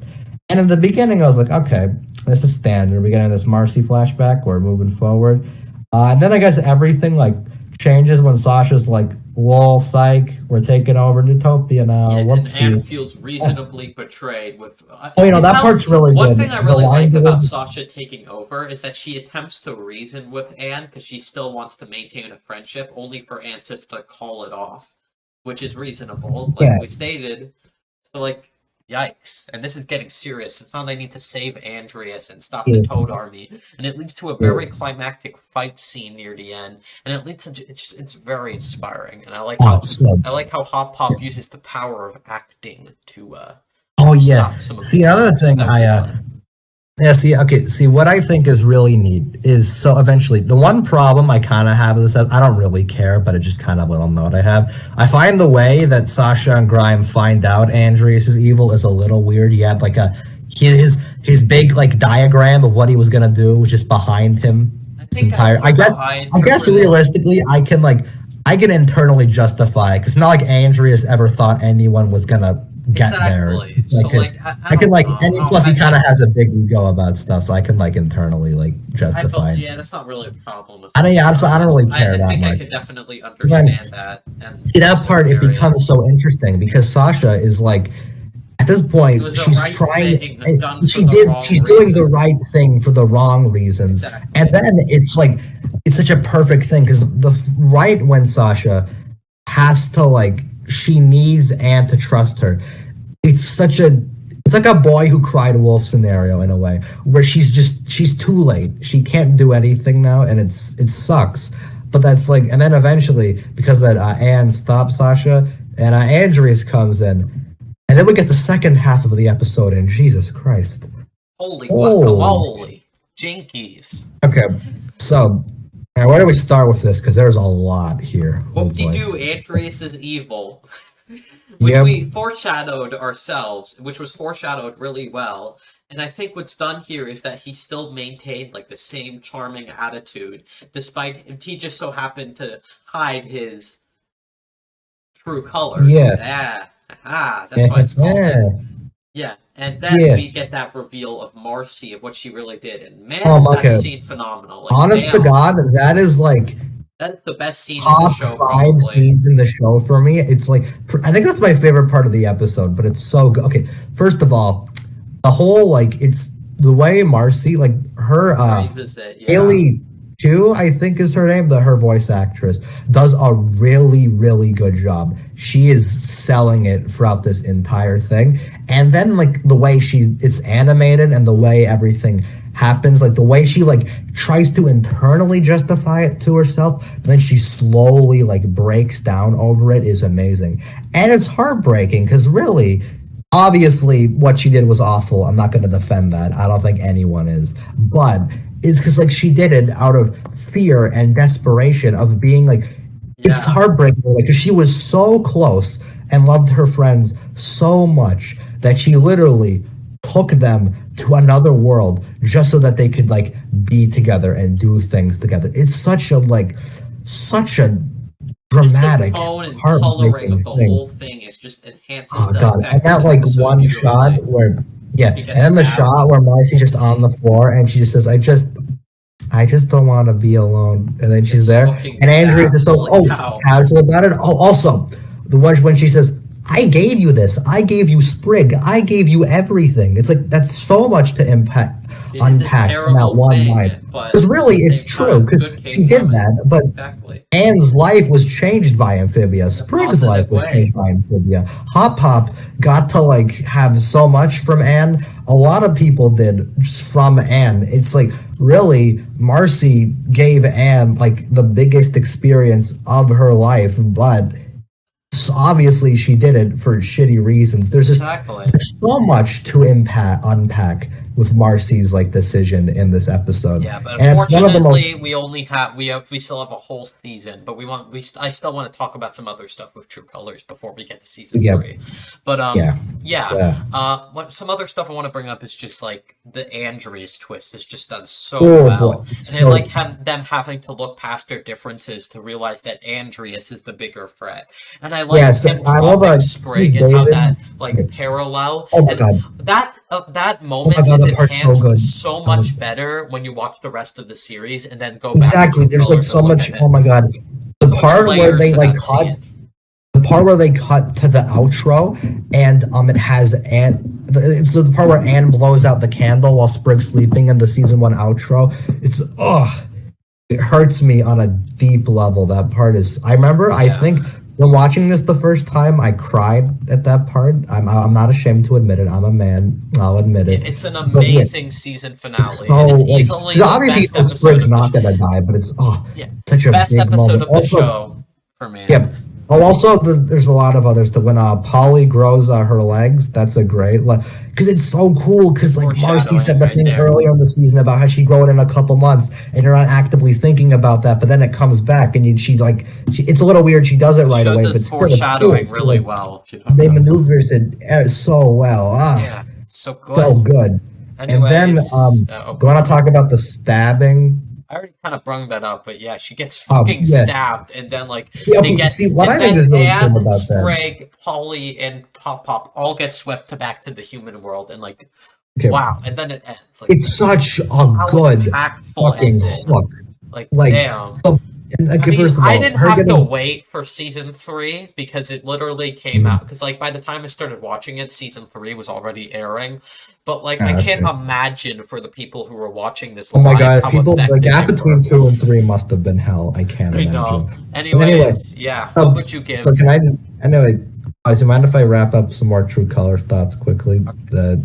Okay, so I was gonna say I think the stab thing it works really well. Because not only is it like such a shocking thing on its own, but they have like the Sprig fake out, and the poly fake outs. You're like, no one's gonna get in real danger. And then whoop, ruh-roh, zoinks. And then, like you said, they just get swept right back to the like that is how you fucking hook people for a season, bro. And then, oh my god, the credits, they're so good. They have a nice. By the way, whenever the show remixes the end credits, it gets me on an emotional level. But then, they do the credits. They're in such beautiful like art, like the season one, and there's this beautiful credits remix. It's so good. And then they end the season on that, like moi. It's like True Colors is like such a good thing because really, like we mentioned, there are all those payoffs: the Marcy payoff, the Andreas payoff, Polly's legs. Like just a lot is paid off perfectly. But then you get that hook for season 3, so it's really such a good bridge. And I love season 2 is one of my favorite like seasons of television. Really? Perfectly suited. I will give season 2 of Amphibia a high 8 out of 10.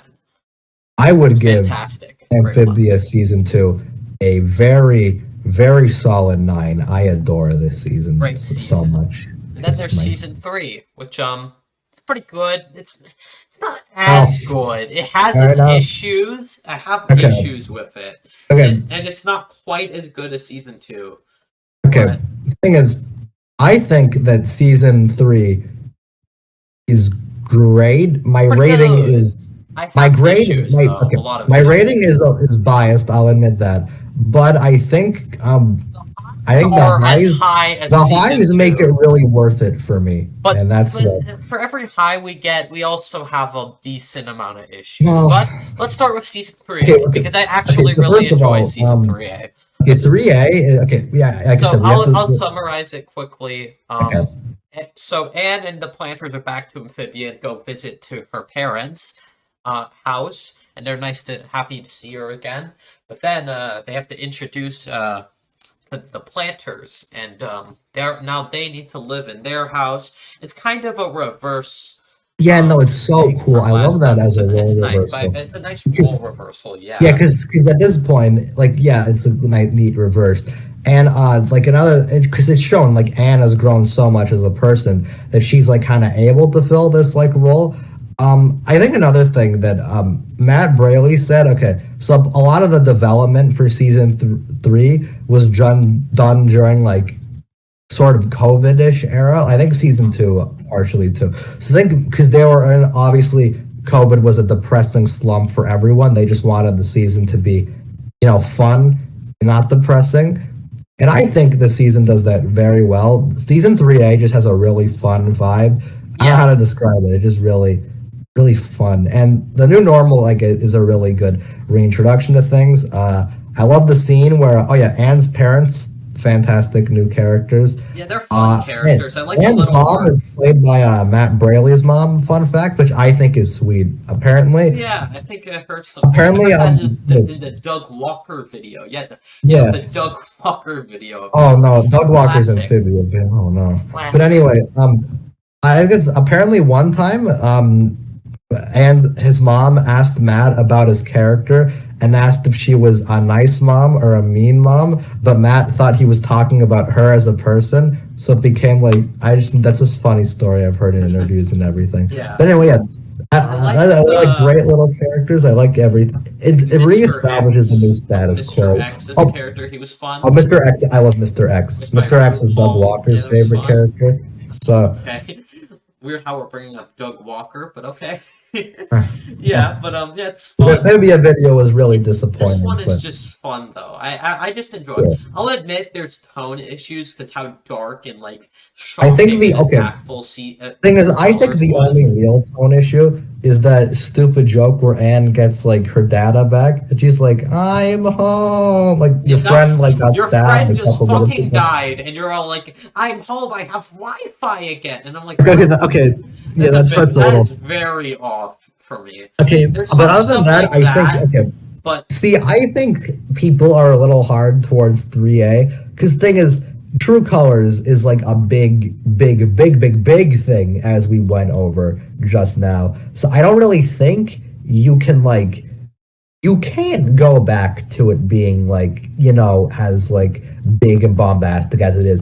You need a breather. And I think 3A is a really good breather for the most part. Like, you can't go back to just dramatic shit. Yeah. Which is why I think the season's so fun. We get a lot of really good episodes. I like Hop Till You Drop a lot, where they're in the mall and they can't that was accomplish fun, and they have to. Season 3 is also really funny. Like, this is the funniest chunk of Amphibia. No, I'll I will say. not clown face you. Like, come on.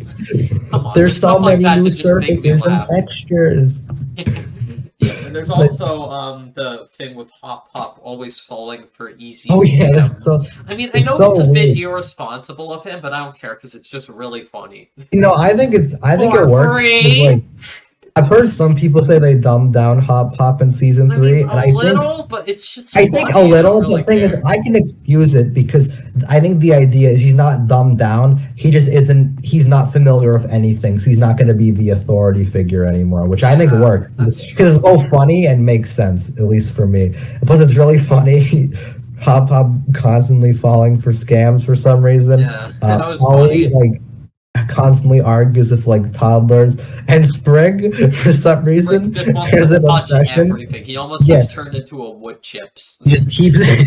Oh, that joke's really funny. There's just a lot of good gags, and Isn't it overall, annoying? I think what makes me enjoy this more than most of season 1 is because I just like this new role reversal, and I think they just get a lot of good jokes and The new concepts setting around is it. really good. I love a lot of. Season 3. I also like us when we cut back to Wardwoods. It's just the That episode's Olivia amazing. and Turning Yunan Point? episode where it gets really fucking dark, and that Oh was yeah, I just think you're talking great. about Turning. But Olivia and Yunan. Great as imagery, great- and it also confirms that Marcy isn't impaled because that would be Yeah. too much, I mean, I think everyone kind of knew going in. Yeah, of course. Yeah. I mean, if she still has more development, so I think it'd be weird just to kill her off. Well, that reminds me of one thing. Okay, so quick detour, but I just want to bring this up quickly. The Amphibia season 3 theme song, I will always hold in high regard because I remember. So True Colors night, I think I went You mean the insane credits song? that day. Oh no, not the credits. The new opening. Oh, It shows, that, all the yeah, scenes. the See, that I hold in high yeah. regard because I remember. To give some brief personal context, so True Colors was my peak Amphibia night. I was like insane, all that. I was like, okay, I'm really hooked on this show now. But then I was like, I had to wait a day because the day after I watched True Colors, I was on vacation. So I had to wait until we arrived at the hotel to watch more Amphibia. So I was thinking about True Colors, honest to God, for like a half hour, reflecting on the entire thing after everything that we just talked about. So then after True Colors, apparently to make up for the stupid iTunes debacle, they stapled the Amphibia season 3 credits after True Colors' credits. And that whole intro hooked me so much. I was like, well, they're in the human world? Who are all these characters? Why is Marcy tied to this tube? Well, what's gonna happen? And I was like, thought it was the coolest fucking thing ever. That's also why I love the new normal so much, because after being so hooked and having to wait the entire day to start season 3, it was really satisfying getting to see the episode and everything that happened. I watched season 3 under very unique circumstances. That's why I kind of love it a lot. But back to the episodes, yeah. One of my favorite is Sorry, Yali, you go ahead. I like the Spider-Man parody. The Spider Sprig. I love Spider Yeah, the Sprig. Spider-Man parody. That was fun. I like Well, that one has one of my favorite jokes where Polly's like, I can't believe you guys that like that movie. It was riddled with contrivances and lazy writing. No, Polly is literally me. And then Hop Hop's like, we really need a cutback on your internet access or something like that. It's really and it's funny. overall fun. And then the whole thing where it becomes like Spider-Man. Yeah, and then the whole thing where he becomes like, I love the ending where they have to clean up all the property damage. The Doc Ock ripoff. I like how he's not even like a bad guy. He just is like he's just some police officer who found some sort of Spider he's Sprig. just jealous. That's It's funny. really Just some funny. funny petty rivalry. It's a great one. Yeah, Turning I love Point the is also really good. The one where Turning we Point's cut back fantastic. to Sasha, and it's It's such a good basically like the sort of Sasha's redemption, and it's done like it's yeah, great with her like it's not half like feeling overwhelmed with guilt, and finally just like yeah. learning about putting. Oh god, the scene where Sasha reads through Anne's diary and Anne's like, I'm finally happy. Sasha's I was worried, but I was right to trust her. And yeah, just like such a powerful thing, obviously knowing what happens in True Colors. You know how after Yeah. all this, after all that, she was finally gonna trust Sasha again, and then whoopsies, yikes, that did not go Yeah. over so well. And yeah, but when it is really satisfying though when she finally does, and then when she like the lead into 3B, she like leads all the Wartwood residents. It's a really fantastic episode. Also, her interacting with Wally's funny to Yeah, me. and I like don't know. Grime also coming back near the end, showing that they've actually become Yeah. friends. Yeah, and then very also relatable. they don't really focus on like Grime developing that much because he kind of has his like Grime's development just kind of tags along with Sasha's. Yeah, So but it's different nice for thing. what they do. It's great for him too. Yeah, And then I also like the one where where the planters need to take Anne's cat to the vet. oh yeah, that was really that one's funny. great. I love that There's a trying Kirby not to be reference in that one. freeloaders. So Yeah, there's some video yeah. game references here. Now that I think about yeah. it, it's like a Flappy Yeah. Bird reference, Sonic reference when Polly becomes does a spin dash. There's a Pac-Man reference in the pilot. Polly becomes Polly Pac-Man. becoming Pac-Man. Yeah. There's a nice. Matt Braley is famously a big video game fan and especially Sonic fan, so I think it's cool that he was like, he's gonna insert subtle. When Anne robs the store from the music box, you can find the Dreamcast. There's a lot of stuff like that. Yeah, it's neat. But anyway, yeah, I also like the Sprig's birthday one. That was nice. oh, Sprig's birthday is amazing. I love that one. I love that one. It's really wholesome. Fun. Like the season 3A is just wholesome. It's funny. Yeah. It's enjoyable to watch, regardless of its tone problems here and there. Yeah, with Sprig's birthday, I find that one really nice because like it's funny how the frogs, because like obviously they have such different like lives, they don't care about birthdays at all. It's like a 1 minute thing, and then they move on. But no, it's nice that Anne and Sprig get to spend a lot of time. It's also one of the funniest too. It has like a couple of my favorite jokes, like I think you mentioned it earlier, the Tyler, I will not clown face you. Clown face you. Oh, also the guy who has a fear of direct eye contact, and then the giant clown. That one has a lot of good jokes. There's just a lot of good comedian. Also the stand-up comedian bit. Did you ever hear the one about the lady who probably just made a really bad decision because the fucking clown show? And also the ending is just really sweet when Sprig's like, it's only top 3 because I got to spend time with you. It's really nice. The arc really with Anne and her parents and like them acknowledging how much like with them realizing how much Anne has grown, only for her to like have to lie to her parents to protect them, not knowing what the robot has been chasing them. Oh yeah, that one. Anne's Terminator is another one of my favorite episodes. Like better than the Terminator prequels. That goes without saying. We didn't mention Anne's blue powers. Oh yeah, I forgot. It was a thing. It was a thing. Yeah, like Sprig said. I guess he said it best. Polly said it. Unreal Amphibia. Oh yeah, different. Okay, my bad. All right. Because Sprig wasn't there for the blue powers. My bad. Okay, I'm not. God. But anyway. I like the one where Sprig tries to be a part of Anne's family by forcing himself. Oh no, that one. Okay, so that one. I don't know how I didn't realize this on first viewing, but I was reading over comments, and that one becomes more nice to me when I realized that Sprig was probably so desperate to be accepted by Anne's mom because his mom's dead. Oh, so, that makes me like it more. I made that connection in my head recently, and I'm like, oh my god, that makes it so much better. Because at first I thought Sprig was a little like desperate, but if you know that, makes sense because we didn't mention the thing with Polly and Sprig's parents. Oh yeah, but it's that's the reason why Hot Pop covered it up, which is a great reveal, by the way. Yeah, great reveal in that episode. But other good episodes. That one has a Wayne Knight in it as the other guy who really wants to work for Anne's mom's business. Oh yeah, I love that. yeah. That guy's, I also great. like some of Also, the those, ending where Sprig finally gets accepted is really like sweet. some of the other Yeah. characters, like Dr. Jan, Oh yeah, the Dr. blue hair Jan. girl, voiced by Velma. Uh, Sounds just yeah, like Velma. Valma. Yeah, Not the new Velma that yeah, everyone hates. Terry.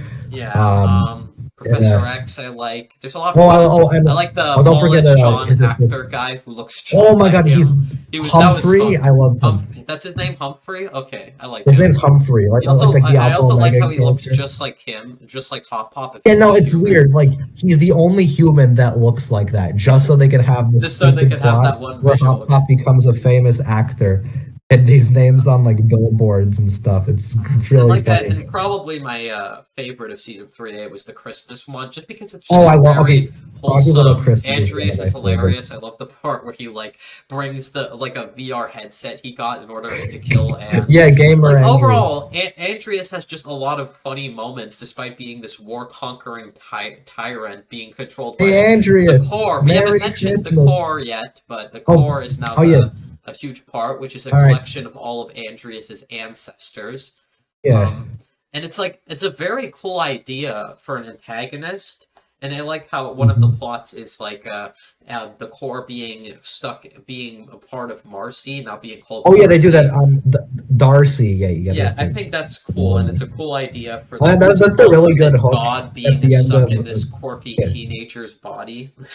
That's a Don't nice say idea. quirky, but yeah. Quirky. Anyway, What, it's you really hate good. the word quirky? Is that what you... I mean, the main characters are quirky. I won't lie. We're such but, a quirky individual. Yeah. But no, that's a really good hook at the end of Olivia and Yunnan when they're like, "Oh no, she's Darcy now. You don't know what's gonna happen." That's cool as shit. Ruh-roh. Yeah. And 3A has like, I think I like every episode in 3A. Honestly, there's a lot of really, well, actually, except for Fixing Frobo because it has an r/prequel. I'm not the biggest fan of that one either. Nah, The museum one is fine. I'm just not as into that one. I like the museum one, mainly just because I like Dr. Jan. He's a Dr. fun Jan character, but it's alright. Like Those are the only two ones I don't care for, but they're still not. I really love and Terminator I briefly mentioned, but I really love that one.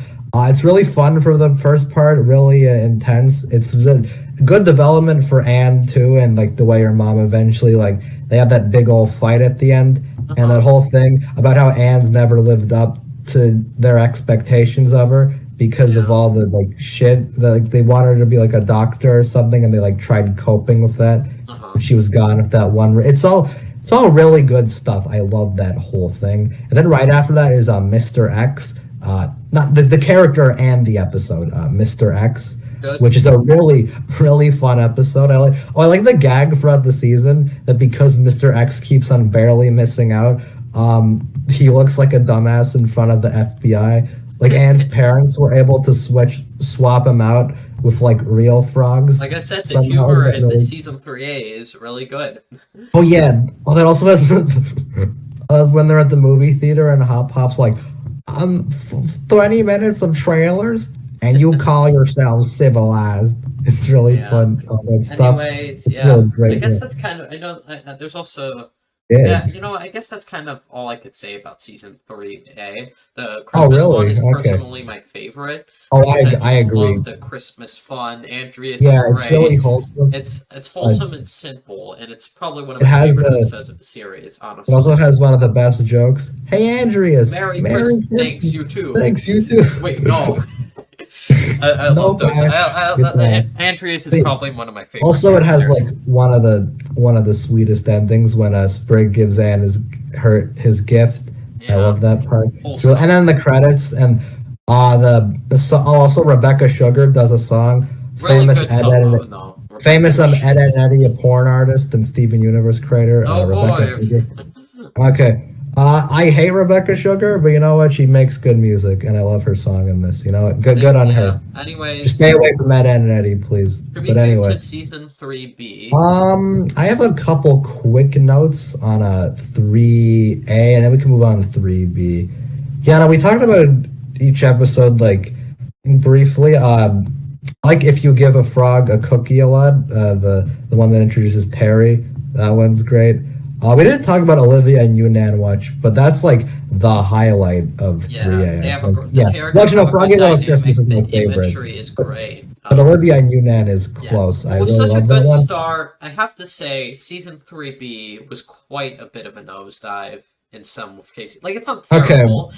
Thing is, Season 3B okay. ain't bad. It's just boring. Like, I like the It premise. has, I will Escape to say, Amphibia is really good. it starts off really good though. Escape to Amphibia Yeah, is really it's good. tension heavy. I love Forest it's kind of like strong. the True Colors in a way where it's like not as extreme obviously, but it's Well, like I well wouldn't no, go I meant that like far. as in it's a culmination of a bunch of things. Not as good, All right. obviously. But Yeah. anyway, you get all the 3A stuff that all comes back. Because okay, season 1 filler arguments are one thing. But I've seen some people say you can skip 3A and I'm like, stop. No, season Just 3B, maybe a bit. No. But anyway, I think hold you on. could skip some. Okay, We'll you hold could skip on. We'll get some. Maybe there's like in a moment. one or two or three. There's some you can't miss, like the core of the And king. You can't yeah, miss that, obviously. and But but there's anyway, some I believe you could okay. just skip Yeah, on. but back So to Skip to Amphibia. I love how all the different characters come back. They each get something like neat. It's nice because like I think that's another example of like all their connections and stuff. Anne was just easily able to gather all these people to help the planters. It's sweet. They all get their little moment. I love the little bit where Anne's parents encourage her when she's like trapped or whatever. That's another really sweet scene. And then when she like eventually like breaks them all out, that's another great part. And all the just really nice. And then when they finally get back to Amphibia at the end, it's a really good hook too. The way that they like stab it. Yeah, everything's fucked up now. Also, a Hot Pops avocado addiction is great. yeah. I like Anyways, as for then the back rest to of the season 3B, okay. The thing is, I would agree 3B is a step down. yeah, definitely. However, I don't think 3B is as mediocre as everyone. I think 3B gets a little slack. I understand the criticisms, but I do think it's like It's just boring. Let me explain. Can I explain my perspective? Mind if I see, this explain is it? just such a style argument. Okay. Let me explain, okay? Alright, so Okay, it starts Anthony. with Commander Alright. Anne, and then I'm like, That's pretty good. and then they're all just okay. There's only one season 3B one that I find bad, which is the fucking. Okay, well, I think we can agree on thing, this. But just might Okay, you just want be to talk the about the worst Olm one. episodes first? Because I want to get those out of the way. Yeah, the first one is Okay, just mediocre. the first one and is lame. fine. I think it just wastes too much time. Like, the serpents from a quarreler's past are back, and we're spending time with them arguing with each other again. Boy, who Except cares this about time, memorable- it's in the middle of a giant war, and they're still fucking arguing to Oh my god, themselves. who the hell cares? And they like try tying this into Sasha's development, where she talks to them as like, "Oh man, I understand your struggle because I It just too feels made a big forced, mistake though. and had to make up for it." And I'm like, okay, they tie Sasha's development into other things really well Yeah, later. because now Anne and But this is Sasha are not. friends now because they have to fight in this war against Andreas, and the Okay, whole we'll say. season is just a bunch of random missions and a bunch of random recruit missions for people in the war resistance, and it's just like I think my main problem is just that like after a while you kind of figure out the formula, and when you do, it's a old. little much. It just gets old. Like, I just don't care. there's some I really like. I famously like Grimes' Pupil, even though you fucking hate that episode. I think So it's fine. I just don't. if you always That's make the fun one of me with, for my rating, it's not. Okay, I just think you're a bit. I think you giving it a 9 is a bit much. It's I don't just know about okay, that. I don't mind this dynamic. Is it? It's really fun. Okay, I like Sprig and Grime. Okay, I like Sprig and Grime arguing with each other still because it makes sense. Sasha's kind of the one who got all the development. Grime just is kind of tagged along, so it makes sense. Sprig still kind of hates Grime, and then they have like fun interactions there. I just like them playing off each other well. It's fun when they eventually come to a resolution with it. It's a really fun episode. I love that one. One of my highlights of a 3B. You probably prefer Fight or Flight or whatever. I don't know. Oh, that's the stupid. That's the thing where they bring back the pet from A Domino too. Don't yeah. forget. Okay. Well, I don't hate any of these. I don't like the Mother of Olms thing because that whole episode Okay, is Mother of kinda Olms is like the really only other dumb. episode I would call bad. I do not like that Yeah, what's episode. bad about that And one is that it's just dumb. Like one of the main conflict is that the Olm can't remember the prophecy, so now they need to go on this adventure in her head to rub it on her head, but then it doesn't do anything. And then the whole time it was just on the ceiling, and I'm all like, what? What kind of yeah, conflict is yeah. that? It's Yeah, just see, dumb. so it's also it's just kind of gross. Like the plot is, oh, they got to go inside Mother Olm True. and we got to Yeah, see all like this this could have disgusting gotten a shit. chance to get us learn more about the prophecy. Like spoilers for later, but in the ending of the episode, they established this Prophecy. like sacrifice thing, which I'll talk Yeah, more yeah. about when we get to the Sacrifice. finale. And then Yeah. like they could have established it in this episode, but then they just chose not to because they thought that the adventure was just in the head was just too See, important. really, I think you could have condensed these two Olm episodes into one, and you Yeah, could have given another episode like a spotlight. Like, this isn't a controversial thing to say. I've seen a lot of Amphibia fans say this, but you could have used that to give Corrin the King an extra 11 minutes. Yeah, All I'm yeah, saying. exactly. That one Come on. deserved more. Like that episode's great. It gives a great backstory for Fantastic, Andreas. even. It's like But what's great about that one is that like it establishes and gives us to sympathize with Andreas and how he was manipulated by his dad at a young yeah, age and having to abandon like his friends, one being a yeah, toad, like a toad named Beryl, and one being a early ancestor of the planter family yeah, named Leaf. And it's like yeah. you Also, can tell that he cared a yeah, lot about him, and seeing the yeah. portrayal and just the way it's all portrayed is just so Yeah, because it despite makes Andrews being awful, you still feel bad for him a lot. I love that end shot where they're like just the painting burned down and you're just like no music. he's It's just scratching there while like he's still being uh, manipulated by yeah, his father through yeah, the core. yeah. So Fun fact about that one. Matt Braley confirmed this in an interview a while back, but according to him, the reason Andreas stabbed Marcy and dropped Sprig is because, but not the drop Sprig part, but apparently the reason Andreas stabbed Marcy is because in Corrin the King, he's also holding a sword when he's chasing down Leaf, and it kind of gave him like traumatic flashbacks or something. oh It's supposed to wow, parallel or something. yeah, because he That's a chased neat Leaf detail. I as wouldn't have noticed. Marcy and like Yeah, yeah. And yeah. also because Sprig looks like Leaf, that's apparently why Oh, Andreas did that. He kind of got traumatic flashbacks there. I didn't know if that was planned, but I think that's a cool I don't even have unintentional much to thing. say about the other season 3 mediocre ones. I just feel like I have notes on some of them. okay. I don't know how to properly describe it, but as someone who really likes how the show looks, I noticed some episodes look kind of cheaper. I don't know how to articulate it. Just the Eh, movements, they don't look. It's not detailed. I can't describe it right. If anyone else is listening to this, I'm curious if anyone else has noticed this because I've really. picked up on it. It kind of, at least in like, I think Commander Ann is one of the main ones, and like one other one. The animation just looks a little off, and it kind of most of them are fine, but in some it looks a little weird to me.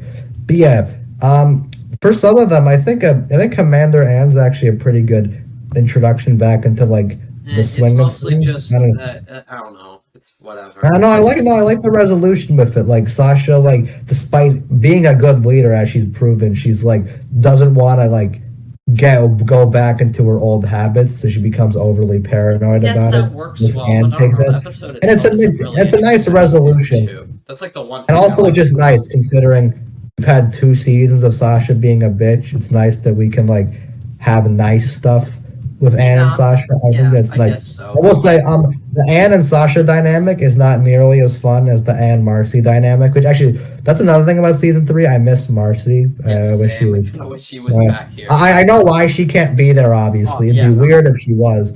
But I miss Marcy. It's What'd sad. you think of the But Midsummer parody episode that okay, you that was funny as fuck to me. Not because it's like an amazing episode, but I think it's really funny that Matt Braley, he was sitting there in the Midsummer Theater and was like, I got it. That's And an he made that episode. That's an a episode. Amphibia. And like, Yeah, listen, you have not seen Midsummer, correct? Yet. no, not yet, but I Okay. heard that you Yeah, brought but that like, up and made comparisons with the no, but movie. like, no joke. Some stuff is literally shot for shot with Midsummer, and they do like They do like one really fucked up thing in Midsummer, but kind of tame in this. So that's just really funny to me that that's a thing that happened. Mhm. Like, why did they do that? I don't really care for the episode with Sprig and Ivy's relationship. Oh, you don't I like don't that know. one? I don't know. I just didn't Oh, find that their one's relationship fun. as charming anymore, and it just felt the conflict just felt. Aww. I don't care for these like epic mission or recruitment video episodes since they don't really get much payoff or Eh, aren't that entertaining, and they're I just don't kind know. of boring to me.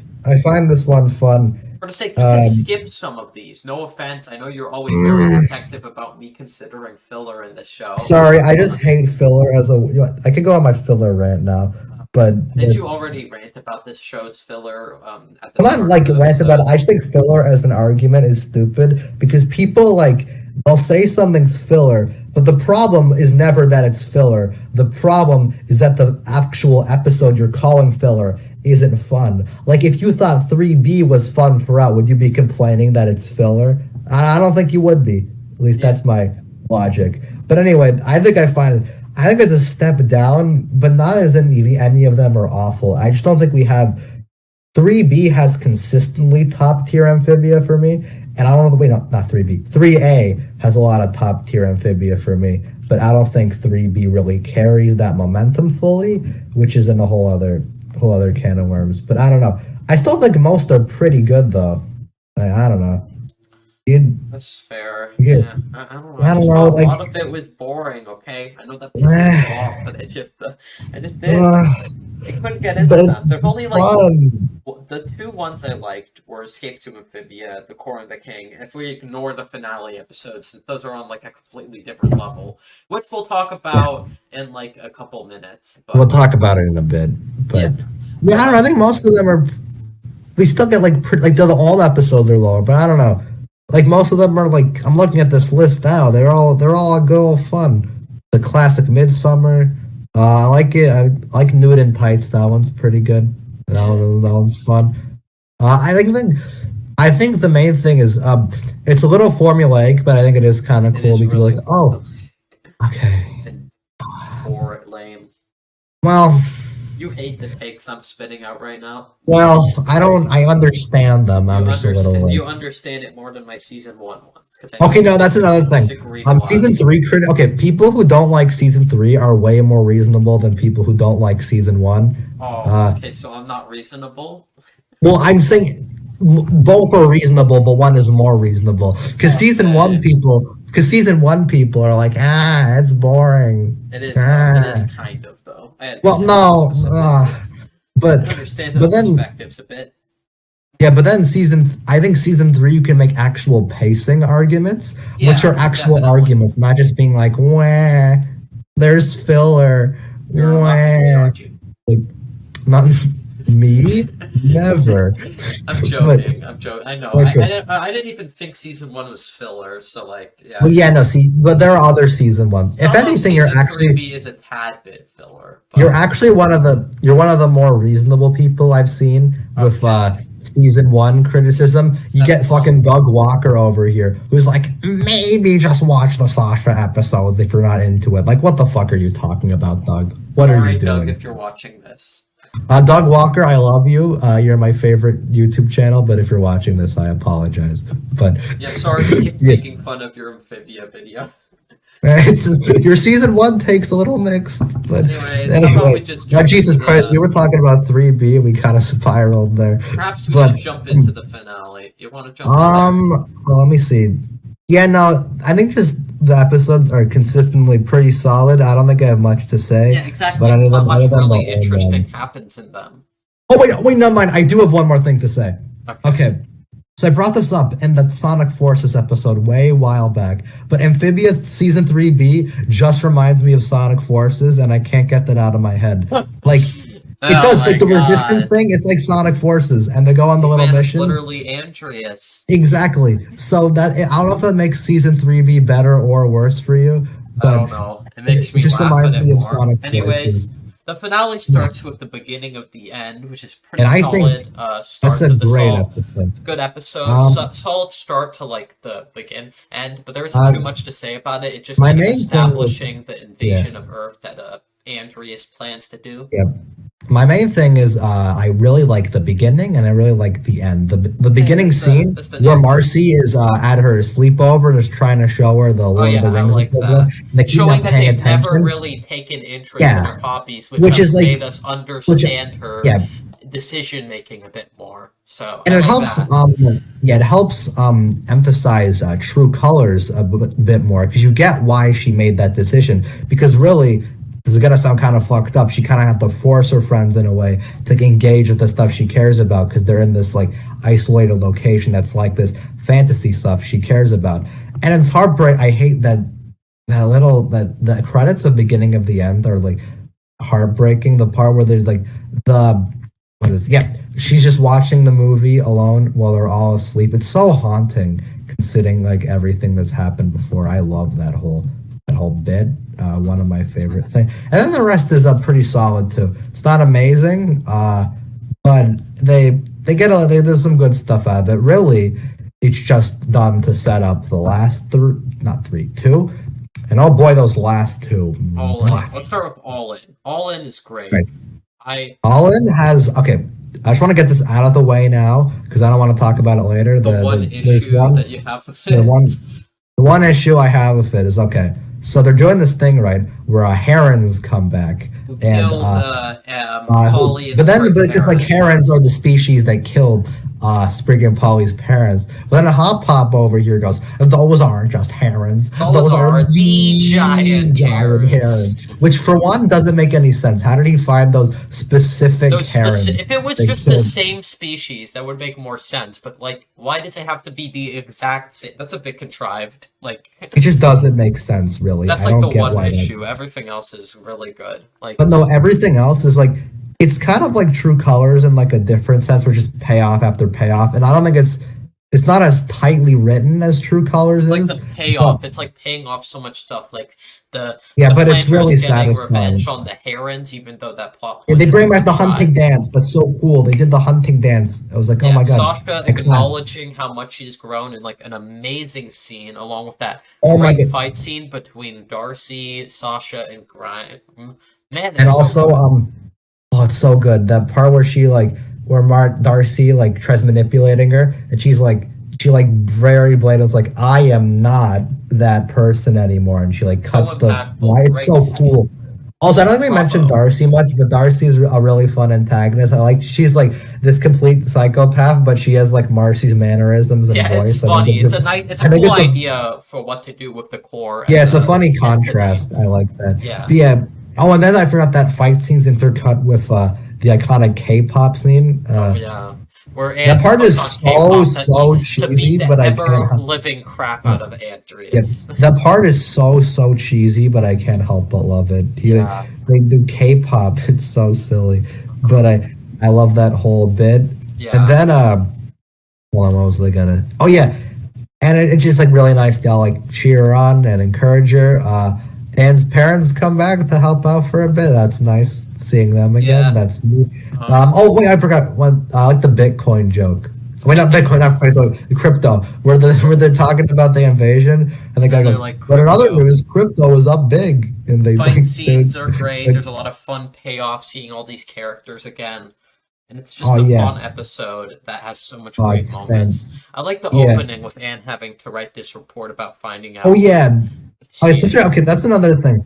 It's kind of like the reunion thing again, where you get like, I think it's a really smart decision to open the episode with that, because and then like the whole thing the teacher's talking about, well, not teacher principal. She's talking about okay, well Marcy's gonna like go on to solve world hunger, and Sasha's like gonna boss everyone through life, but Anne is just kind of a pushover. Doesn't really do any. She doesn't really like. She relies on these other people because she doesn't have a trust and doesn't love herself. And then we get here because it's been so much and she's grown so much. She's learned to love herself and appreciate everything. And we get that contrast. How much she's grown since the beginning, like pre-Amphibia, and just such a good like nice scene when she's Yeah. like talking about that.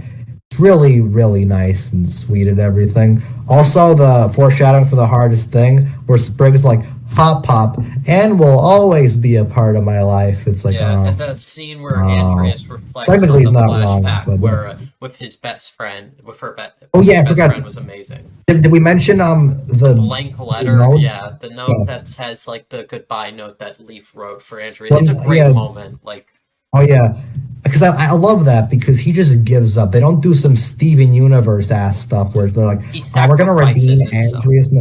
Yeah, no, You he's like he just redeem gives him, but up. they don't redeem Well, no, him in the redeem him, but stupid not way Steven redeem Universe him. does. It's not like Steven Universe where they redeem Nazis because Steven hugged them. They don't do that shit. Yeah, no. But This movie such a is good this scene. video, this fucking episode is much more reasonable. Anyways, Yeah, want to talk about the exactly. hardest thing, and Oh, actually, no. I have a couple more quick all-in notes. First of all, the animation during some parts is really smooth, and I like that. They put a Yeah. lot of detail on the K-pop, and you know what? I appreciate that. And yeah, they just I'm trying to think. Are there any other? Oh, and also the end scene where Marcy. Okay.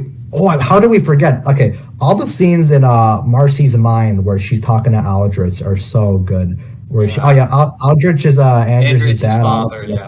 I don't know if we mentioned that, but I hate him, but you know that's the point. He's a great Yeah. character. But then they have that whole all that stuff. It's heartbreaking that Marcy she only finds out she's living in this fantasy world of Anne and Sasha because she didn't want to do something that they were doing. That's like such a depressing way to end it, but also it's like such a good bit. And then eventually Marcy learns, no, I can't keep living in fantasy worlds because that shit sucks. People aren't always going to want to do what I want to do, and that stinks, but I can't keep hiding from my problems anymore. So she gives up and stands up to Aldrich, and then eventually the scene where Marcy breaks out, you get to see Marcy again, and it's Anne, Sasha, and Marcy. They're all talking. It's just such a nice, sweet scene. I love that part so much. Forgot to Then they mention. go back to the Go back to can't believe- Amphibia, and then the moon. The moon is falling, like the Yeah. the moon's Like falling. moonfall. Moonfall, yeah. And then Which, by the yeah, way, I found this really funny because I watched this episode like the day my friend Josh watched Moonfall. So I was like, they have had moons falling. yeah. But yeah, Speaking so I want of to talk about moonfall, let's talk about the hardest thing. okay, now the hardest thing, It's I'm gonna phenomenal. preface this right now, is like one of my favorite TV episodes ever made. And if you know how much I love this show, that comes as no surprise. But the thing is, every other episode I have like a minor teensy beensy problem with. Even True Colors, even All In, they all have like little things. This, I think I genuinely like have no problems with. It just, mwah, mwah, what a perfect episode of television. Yeah. Yeah, It's sorry. amazing.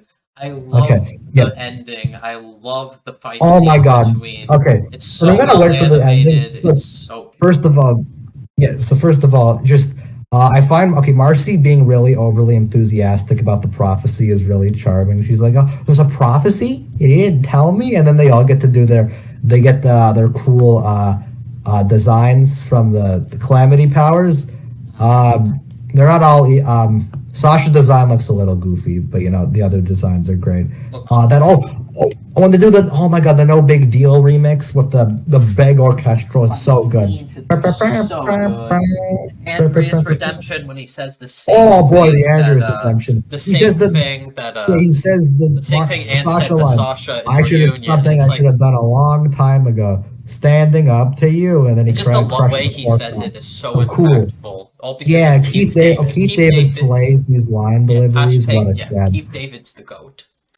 Yeah, it is such definitely. an impactful finale. And then when Anna fucking dies, and then it's like, yeah.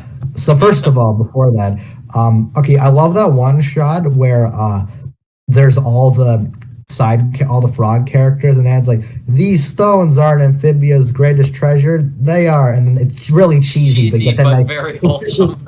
It fits for what kind of show this is. Yeah. You get that giant big shot, and then when Anne's like, I don't know, I'm gonna die for you guys, sure. And when Sprig flies up out of Frobo, it's like, oh, yeah, that hurts me. It's sad. So and then she dies. so sad. And then as she dies, God, in Super Mario Galaxy style, she meets up with God, and then like God, and then they talk.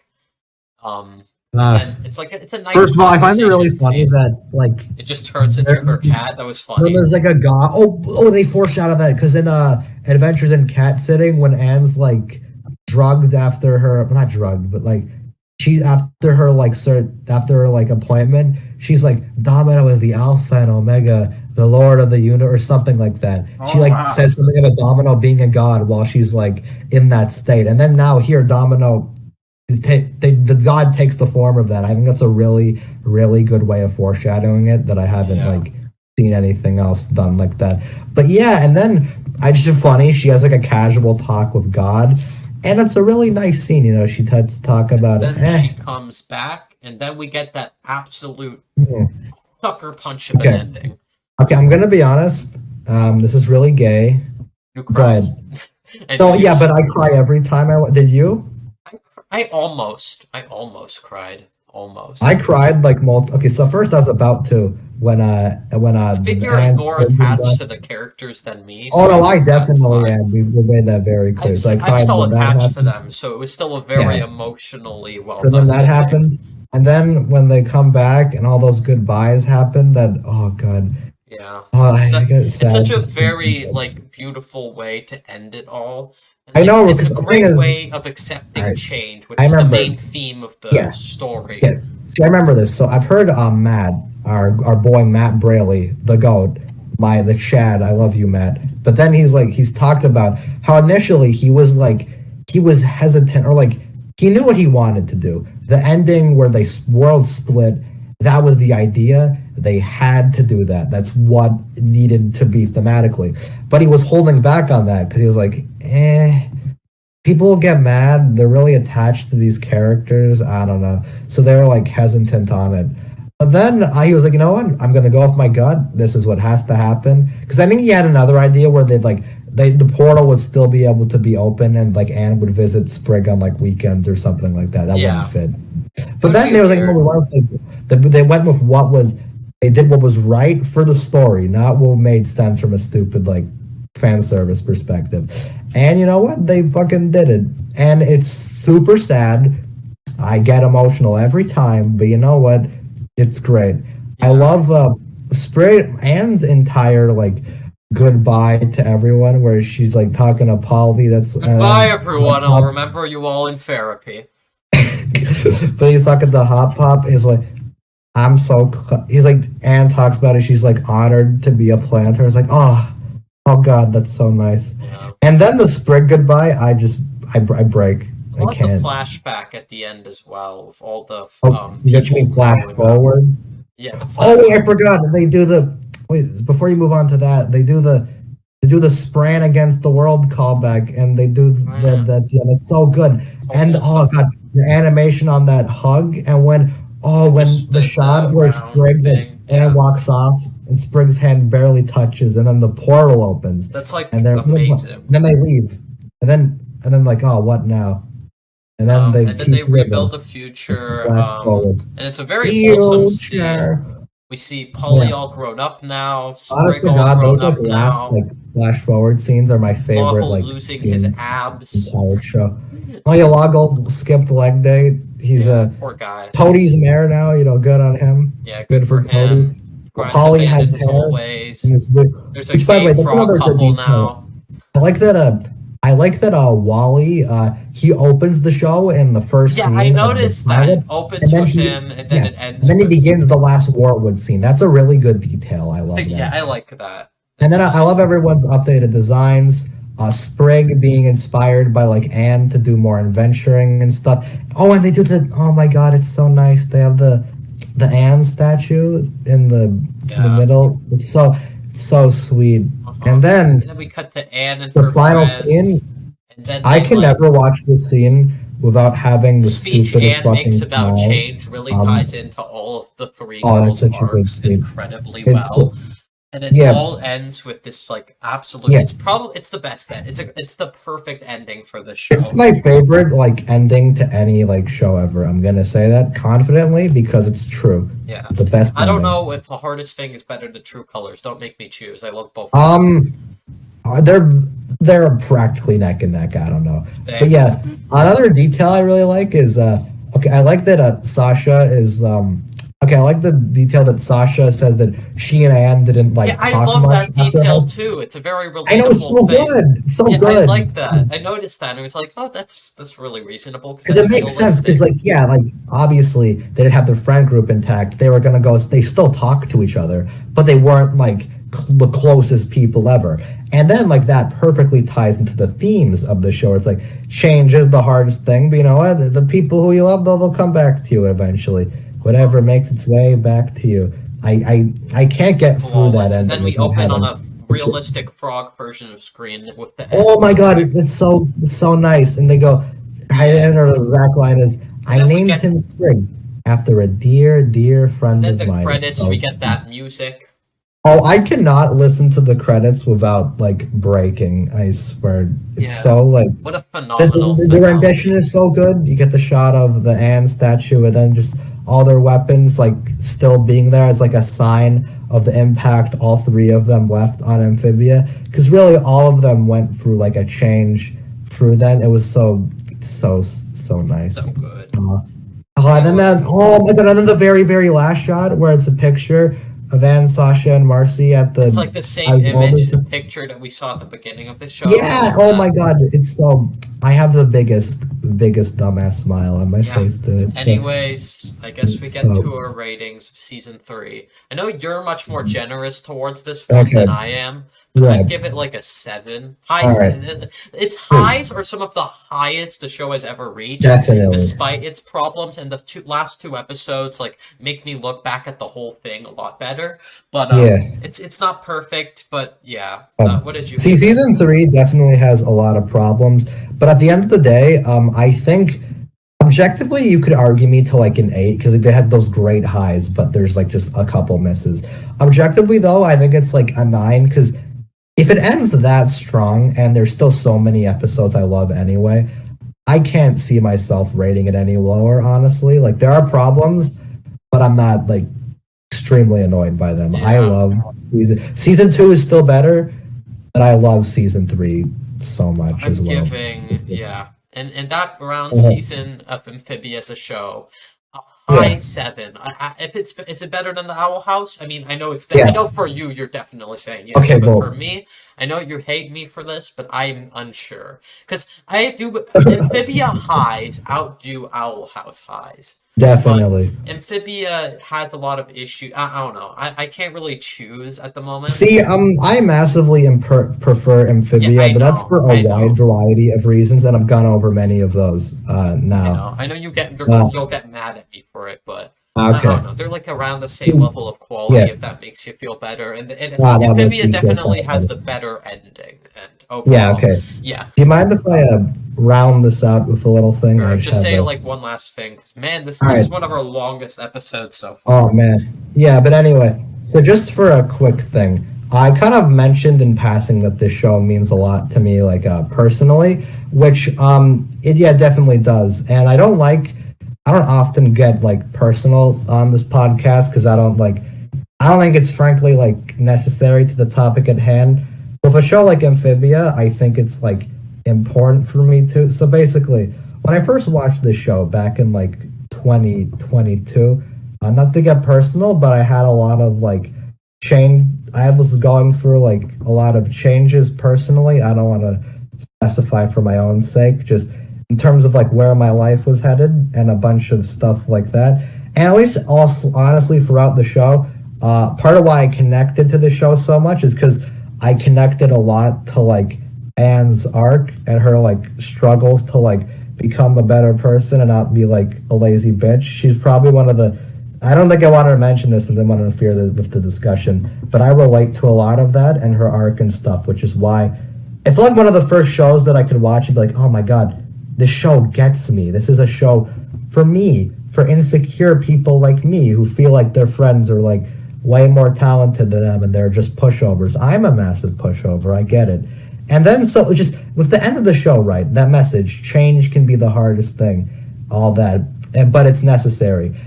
It's helped me a lot, and like, cause like I think cause that it's hard for me a lot of times with shit, but the fact that I have that like message, change can be the hardest thing, but it is necessary. That's helped me through a lot of shit. It's so really when I say I'm biased, I know like you can make jokes about it. It's funny. But really, the show has helped me so much personally and through just watching it while I feel like shit to feel better that really I just can't imagine not loving this show as much as I do. It means way too much to me on every level. So I get why you have a lot of problems with it. You've been very valid. But at the end of the day, I love this show too much. Good It's for helped me you. so much. Thank you. I'm glad you appreciate that. Because when I talk about I'm being biased, that's part of why it is. All right. I thank you, Matt, so much. Thanks, I love and you. thank you all for watching this. Yeah, Thank this is our you. longest like actual episode, not including the 2022 video. But man, it's one of I our didn't expect longest, it and talking over that. we're but yeah. tired now. So thank you Oof. for watching. I had a blast recording this stuff, so Yeah. thank you. Stay everyone. tuned for the next episode on A Funny Sponge Man, and we'll see you next Yeah. time. Mr. Bye. Krasning means Squidward. Bye.